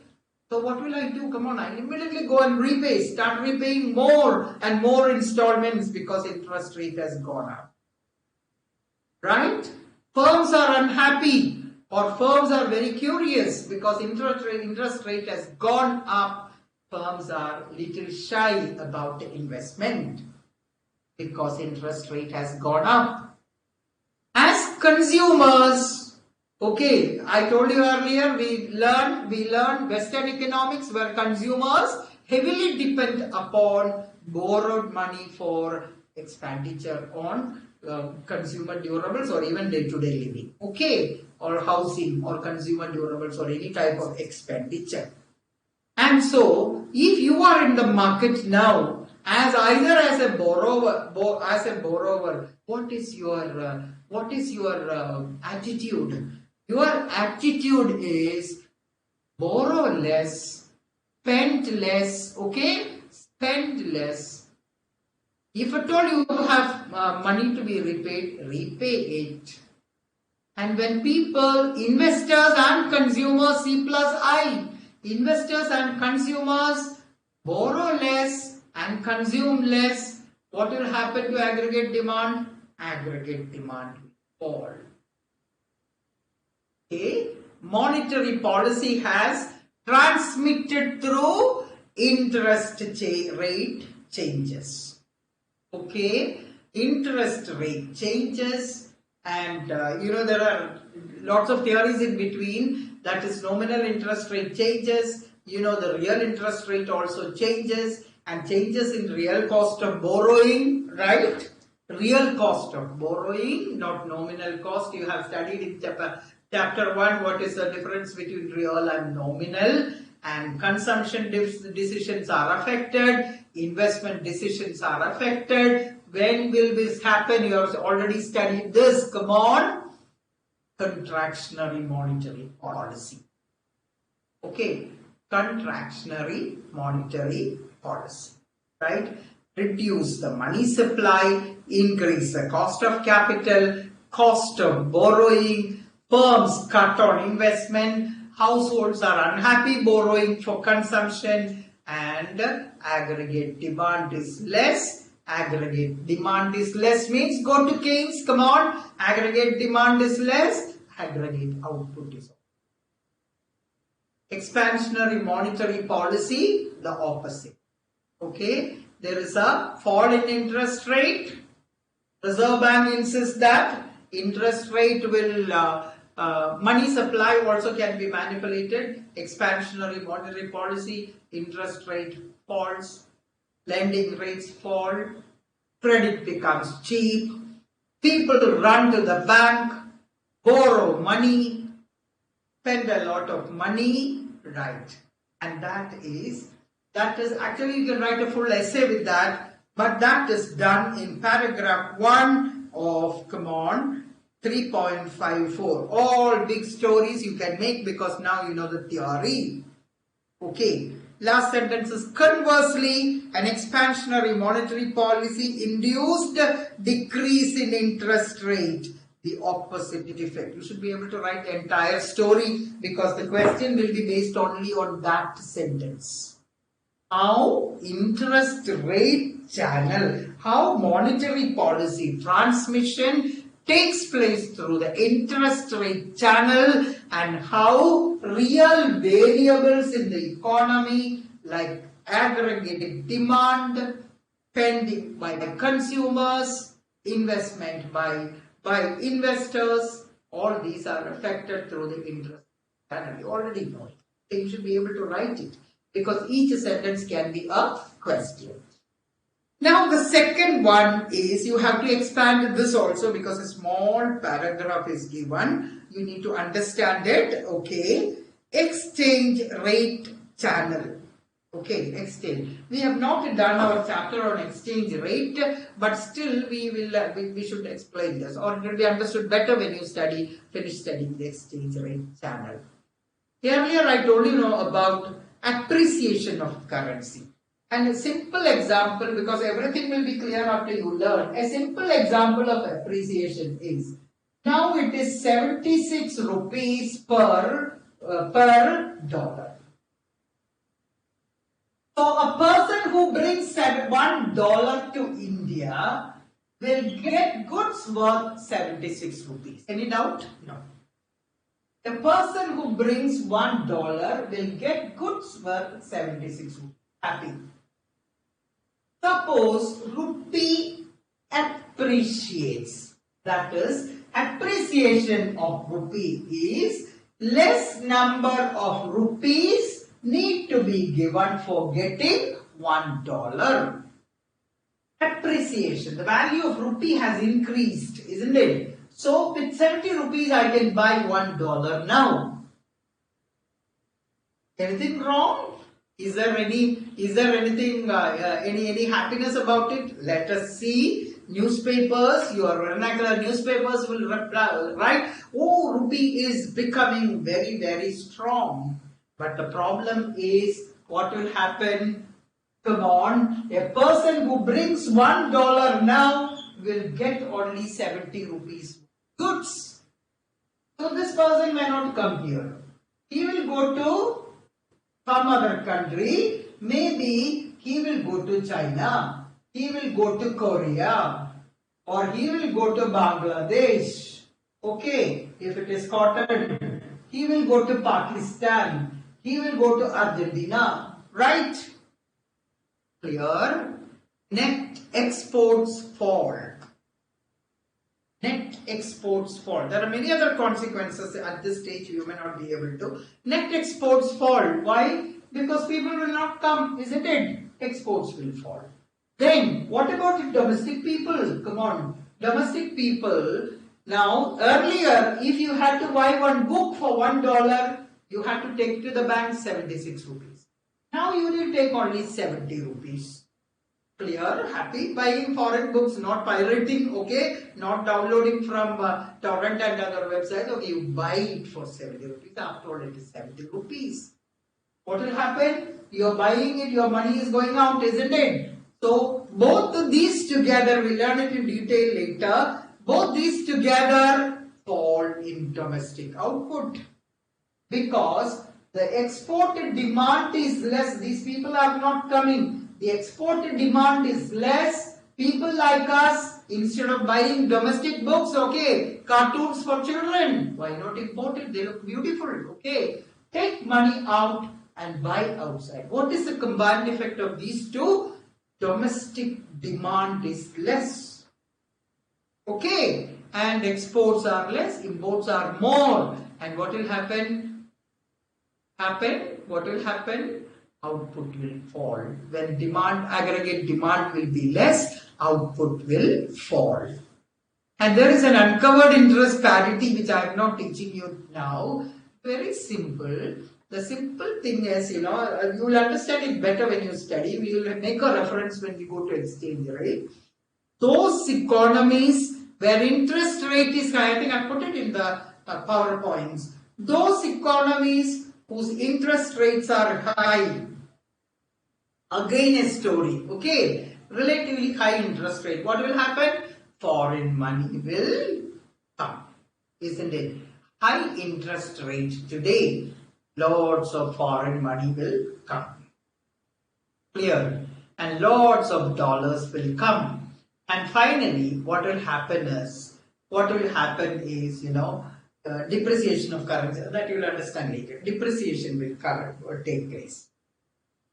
Now, depreciation takes place because that you will understand later. At this time, you may not understand. Depreciation takes place means exports become cheap. The opposite of that. Okay? More demand for goods, more demand for export. Okay? Imports become costly, and so domestic output will. These are the two. This will be clearer when you go to the exchange rate, because at this stage I cannot keep teaching exchange rate because the entire chapter will be studied. Then the third one is credit channel, which we have already finished. That is bank lending channel and the balance sheet channel. Okay? Bank credit channel. That is bank lending channel. We have already done that. Open market operation. Okay? Sale of securities. Central bank or the Reserve Bank of country sells securities, right? It is selling securities. Securities will come to the financial institutions and money will go to the RBI. Okay, money goes to the RBI. Securities come to the bank and these banks hold the securities and money goes to the Reserve Bank of India. Contraction of bank reserves, contraction of bank credit, cut back in investment, our same contractionary monetary policy. Okay, that is not difficult. For a cut back in investment spending, decline in aggregate demand, decline in output. Decline in output means decline in employment. Is clear? Decline in output means decline in production. Decline in production means decline in employment. Then comes a balance sheet channel. You know it very well. Increase in interest rate, cost of credit goes up. Okay, you write all explicit cost, isn't it? Cost of credit rises. You pay more money as interest. Your value is your capitalized value of your firm's assets is less. There is no word that you can use. And what happens? There is decline in output and employment. Right. That is also not very explicitly given in your book. That is the balance sheet channel. Through a direct effectors, increase in interest rate, increase in payment. Okay. Then hence, policy-induced interest rate not only acts in depressed spending through, also acts time lag to raise each firm's cost of capital through the balance sheet channel. Okay, firms not very happy, less profit, less employment. Okay, less output. Right, contraction is achieved. And the last channel is asset price channel. That's also a huge story, no, with one Tobin's Q model and all that. Very simple terms you can say. When there is an increase in interest, be careful when you listen to it. There is an increase in interest rate in an auction. Okay, in an auction, interest rate is 7.1. In an auction, it is very high interest rate for a security, for a government security. What will all the financial institutions do? Compete for buying these securities. Okay, what will people do? Compete for buying these securities. Now, debt instrument, corporate, if it is a corporate security, Life Insurance Corporation is issuing a security at 8%, 10%, 13%. You remember 13%? That used to be there, okay? 8%, 10%. What will you do? Will you go for equity? No. You will immediately go for a debt. Isn't it DEBT, debt instrument? So debt instruments become attractive. All the people are, okay, let us make it 8.1. 7.1 is not very attractive for you. Given your, as Keynes said, you have a notion about a normal rate of interest. Oh, you would find, okay, if you put it in equity, what is your expected return? Only 6%. So, debt market becomes, bond market becomes very attractive for you. And so, what will happen to equity? We are studying advanced economy economics. What will happen to equity? Equity prices should fall because money pours into the debt market. You know, money is huge. It is not the money that is there in our pocket. It's huge, millions, crores. Okay, money finds its way to the bond market or the debt market. Okay, you are lending money to the corporates. You are lending money to the government security more profitable. You find it more profitable.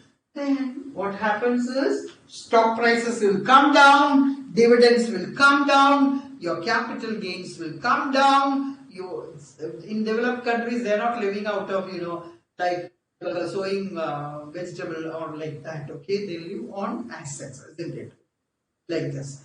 And so their financial wealth is decreased. And when I know that my dividend will be less, I know that my capital will be less, okay? And I know my money will be less. What will I do? What will I do? I will only consume less. And what will happen? Aggregate demand will fall, okay? Now, operating procedures, there are some targets are mentioned. We did not do that. It's very easy, okay? Immediate target. Because you have an operating target in your monetary policy. What is the operating target? That comes the first operating target, operating procedures. For example, your operating target is you are trying to cut inflation. Okay, right, inflation. Okay, then what is it that you are trying to do? You use the monetary policy instruments like reserve money. That is your operating target. There can be an intermediate target. What is the meaning of an intermediate target? That is what you want to say.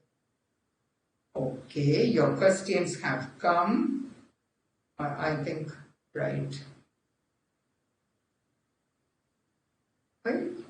Quite little, only very few questions. Then I can go for another 3 minutes so that I finish. Okay, intermediate targets, that is the monetary aggregates that is you want to control your inflation. And you target the monetary aggregates. Now you know the theory, you target the monetary aggregates, that is supply of money. Go for affecting your interest rate, okay, and then we go to the organizational structure. Very simple. I think I have come now. There is an MOU. If you hear, you will find very interesting. There is an MOU with the central bank, that is to keep the interest rate, that is to keep the inflation rate strictly between 2 and 6, 4% on an average, 2% margin this side and that side. Okay, 4%. So we had a multiple indicator approach earlier. That is, we had multiple things we were having. Objectives we were having. But now we have a singular objective. What is a singular objective? Inflation targeting. Okay. from multiple, because it's fashionable all over the world. It is fashionable among developed countries. We have a flexible inflation targeting. That is, we want price stability. And along with price stability, everything will be okay. Okay. So what is our major objective? What is our single most objective now? Inflation targeting. That is there in all developing countries. Okay. So we have a monetary policy committee now, which is putting the good brains, all the good brains, okay, along with Minister Shaktikanta Das, who is the governor, okay. Last monetary policy committee meeting did not take place because all the outside three people are not there. Okay, their term is over, 4-year term, their term is over, and 3 people cannot make decision because quorum is 4 people. That monetary policy committee meeting was postponed, and people were NDTV, everybody was very unhappy because this is a crucial time. You just cannot, because the government was not proposing the names. So yesterday they have proposed the names of 3 people who are very, very known for their brilliant contributions. One is Professor Jayant Verma, okay. The second one is Ashima Goyal, and the third one is Shashanka. These 3 people will be they are already inducted into the Monetary Policy Committee. They will hold a meeting tomorrow. So today is the right day to talk about monetary. They will hold the meeting tomorrow. And now that you have done all monetary policy, just watch what they say. And that will make you sharp to talk opinion. A chartered accountant who is all the more valuable, making an opinion about monetary policy, and it should be a very brilliant idea. Okay, so right, Saikat Das, Rahul Saikat Das. Okay, Saikat Das, yes, good evening. Then who is this asking? Saikat Das itself, asking from West Bengal, right? Okay. CRR is inversely related to deflation. Tell me, you have done all that, isn't it? When CRR is decreased, come on, tell me the story. When cash reserve ratio is decreased, more money is available for lending. Lower the cash reserve ratio, higher is the credit, inversely related. Credit creation capacity, okay, higher is related to inflation, directly related to inflation. It is not related to, that is, whenever there is a deflation, tendency of deflation, you don't say deflation these days, because deflation as a measure, to say that there is deflation, there are many criteria that should be. So when you say that, there is recessionary tendencies in the market, it is due to lack of liquidity. And how will you infuse liquidity? You remember, as I told you earlier, economics has a jargon. Now, liquidity was not a word when I studied in 1970s. There was nothing like a word liquidity. Bank rate is the liquid, discount rate, all these were by-hearted by us. But now we talk in terms of liquidity. Now we talk in terms of recessionary trends. Now we talk about, liquidity management. Okay. Whenever there is recessionary trend, as seen during COVID times now, what did they do? 115 basis points, 1.15 reduction in CRR. Put more liquidity into the market. Let the banks create credit. Let the people be, flooded with credit, so that money is available and no investment will suffer because money is not there. Small and medium scale industries, lots of concessions given, isn't it? So you will not lack money, and we need money to solve in the health sector to solve this pandemic, right? So put more money into circulation. Let people eat and drink also by availing consumer loan. I hope it is clear. Can I say it is similar? Yeah, which one? Can I say it is similar like giving loan to the bank by RBI against security as a... Yeah, exactly. When you borrow from a bank, this is by... Okay, cycle does. Okay. When you borrow from somebody, okay, why is that security is given? See, the Reserve Bank of India is also a commercial organization. They will not incur any loss for the banking sector. They are not charitable organizations. There's a huge profit for Reserve Bank of India. Huge amount of money was transferred to the central government 2 months back, isn't it? There were a lot of discussions going on. Now that you have done this, you can also participate in the discussion. Should the Reserve Bank of India transfer money to the government? In all these transactions, there's a lot of profit. Yes, if you want to get money from the Reserve Bank of India, you have to park your securities as a security. They want to get any piece of paper, okay, or any electronic security. They want LDG, not core securities, because you want banks' investments to be in very, very, market rated high quality securities, because it's public's money they are dealing with, isn't it? So their investment should be good quality investment.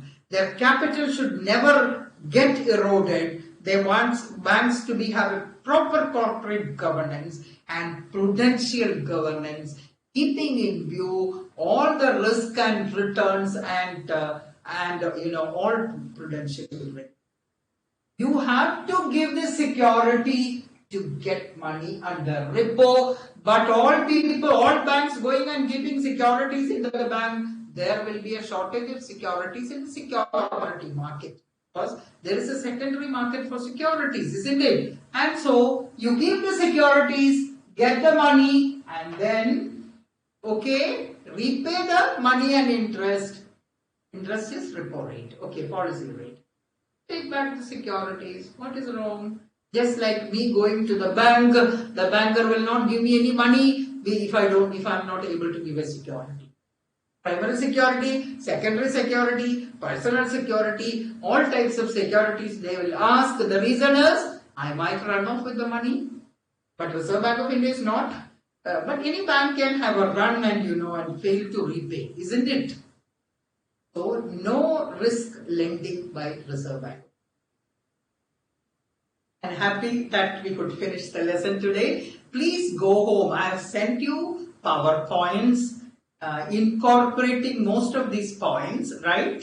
And I think you will enjoy reading this because it's slightly complex, but please enjoy it, because in your profession, this is definitely an important lesson. You have to know this. You have to know about monetary policy. Okay, because if you have to live an ordinary life, working in financial sectors, wherever you work, you will need knowledge like this. Okay, and thank you so much for the patient listening. I hope I have answered all the questions, and thank you so much for your patient listening, and goodbye. And we finish this chapter. We will be meeting tomorrow with we are going to the next chapter, that is international trade.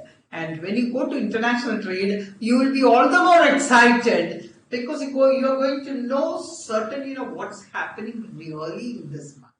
You will calculate all exchange rates, you will calculate everything that is necessary. But isn't it good that you know the basic principles also, isn't it? So it is actually given in a very simple way, but when you go higher and higher into the later chapters, there is a lot of WTO and a lot of information that is written. So let's have a happy learning, and thank you so much, and goodbye. Meet you tomorrow. Thank you.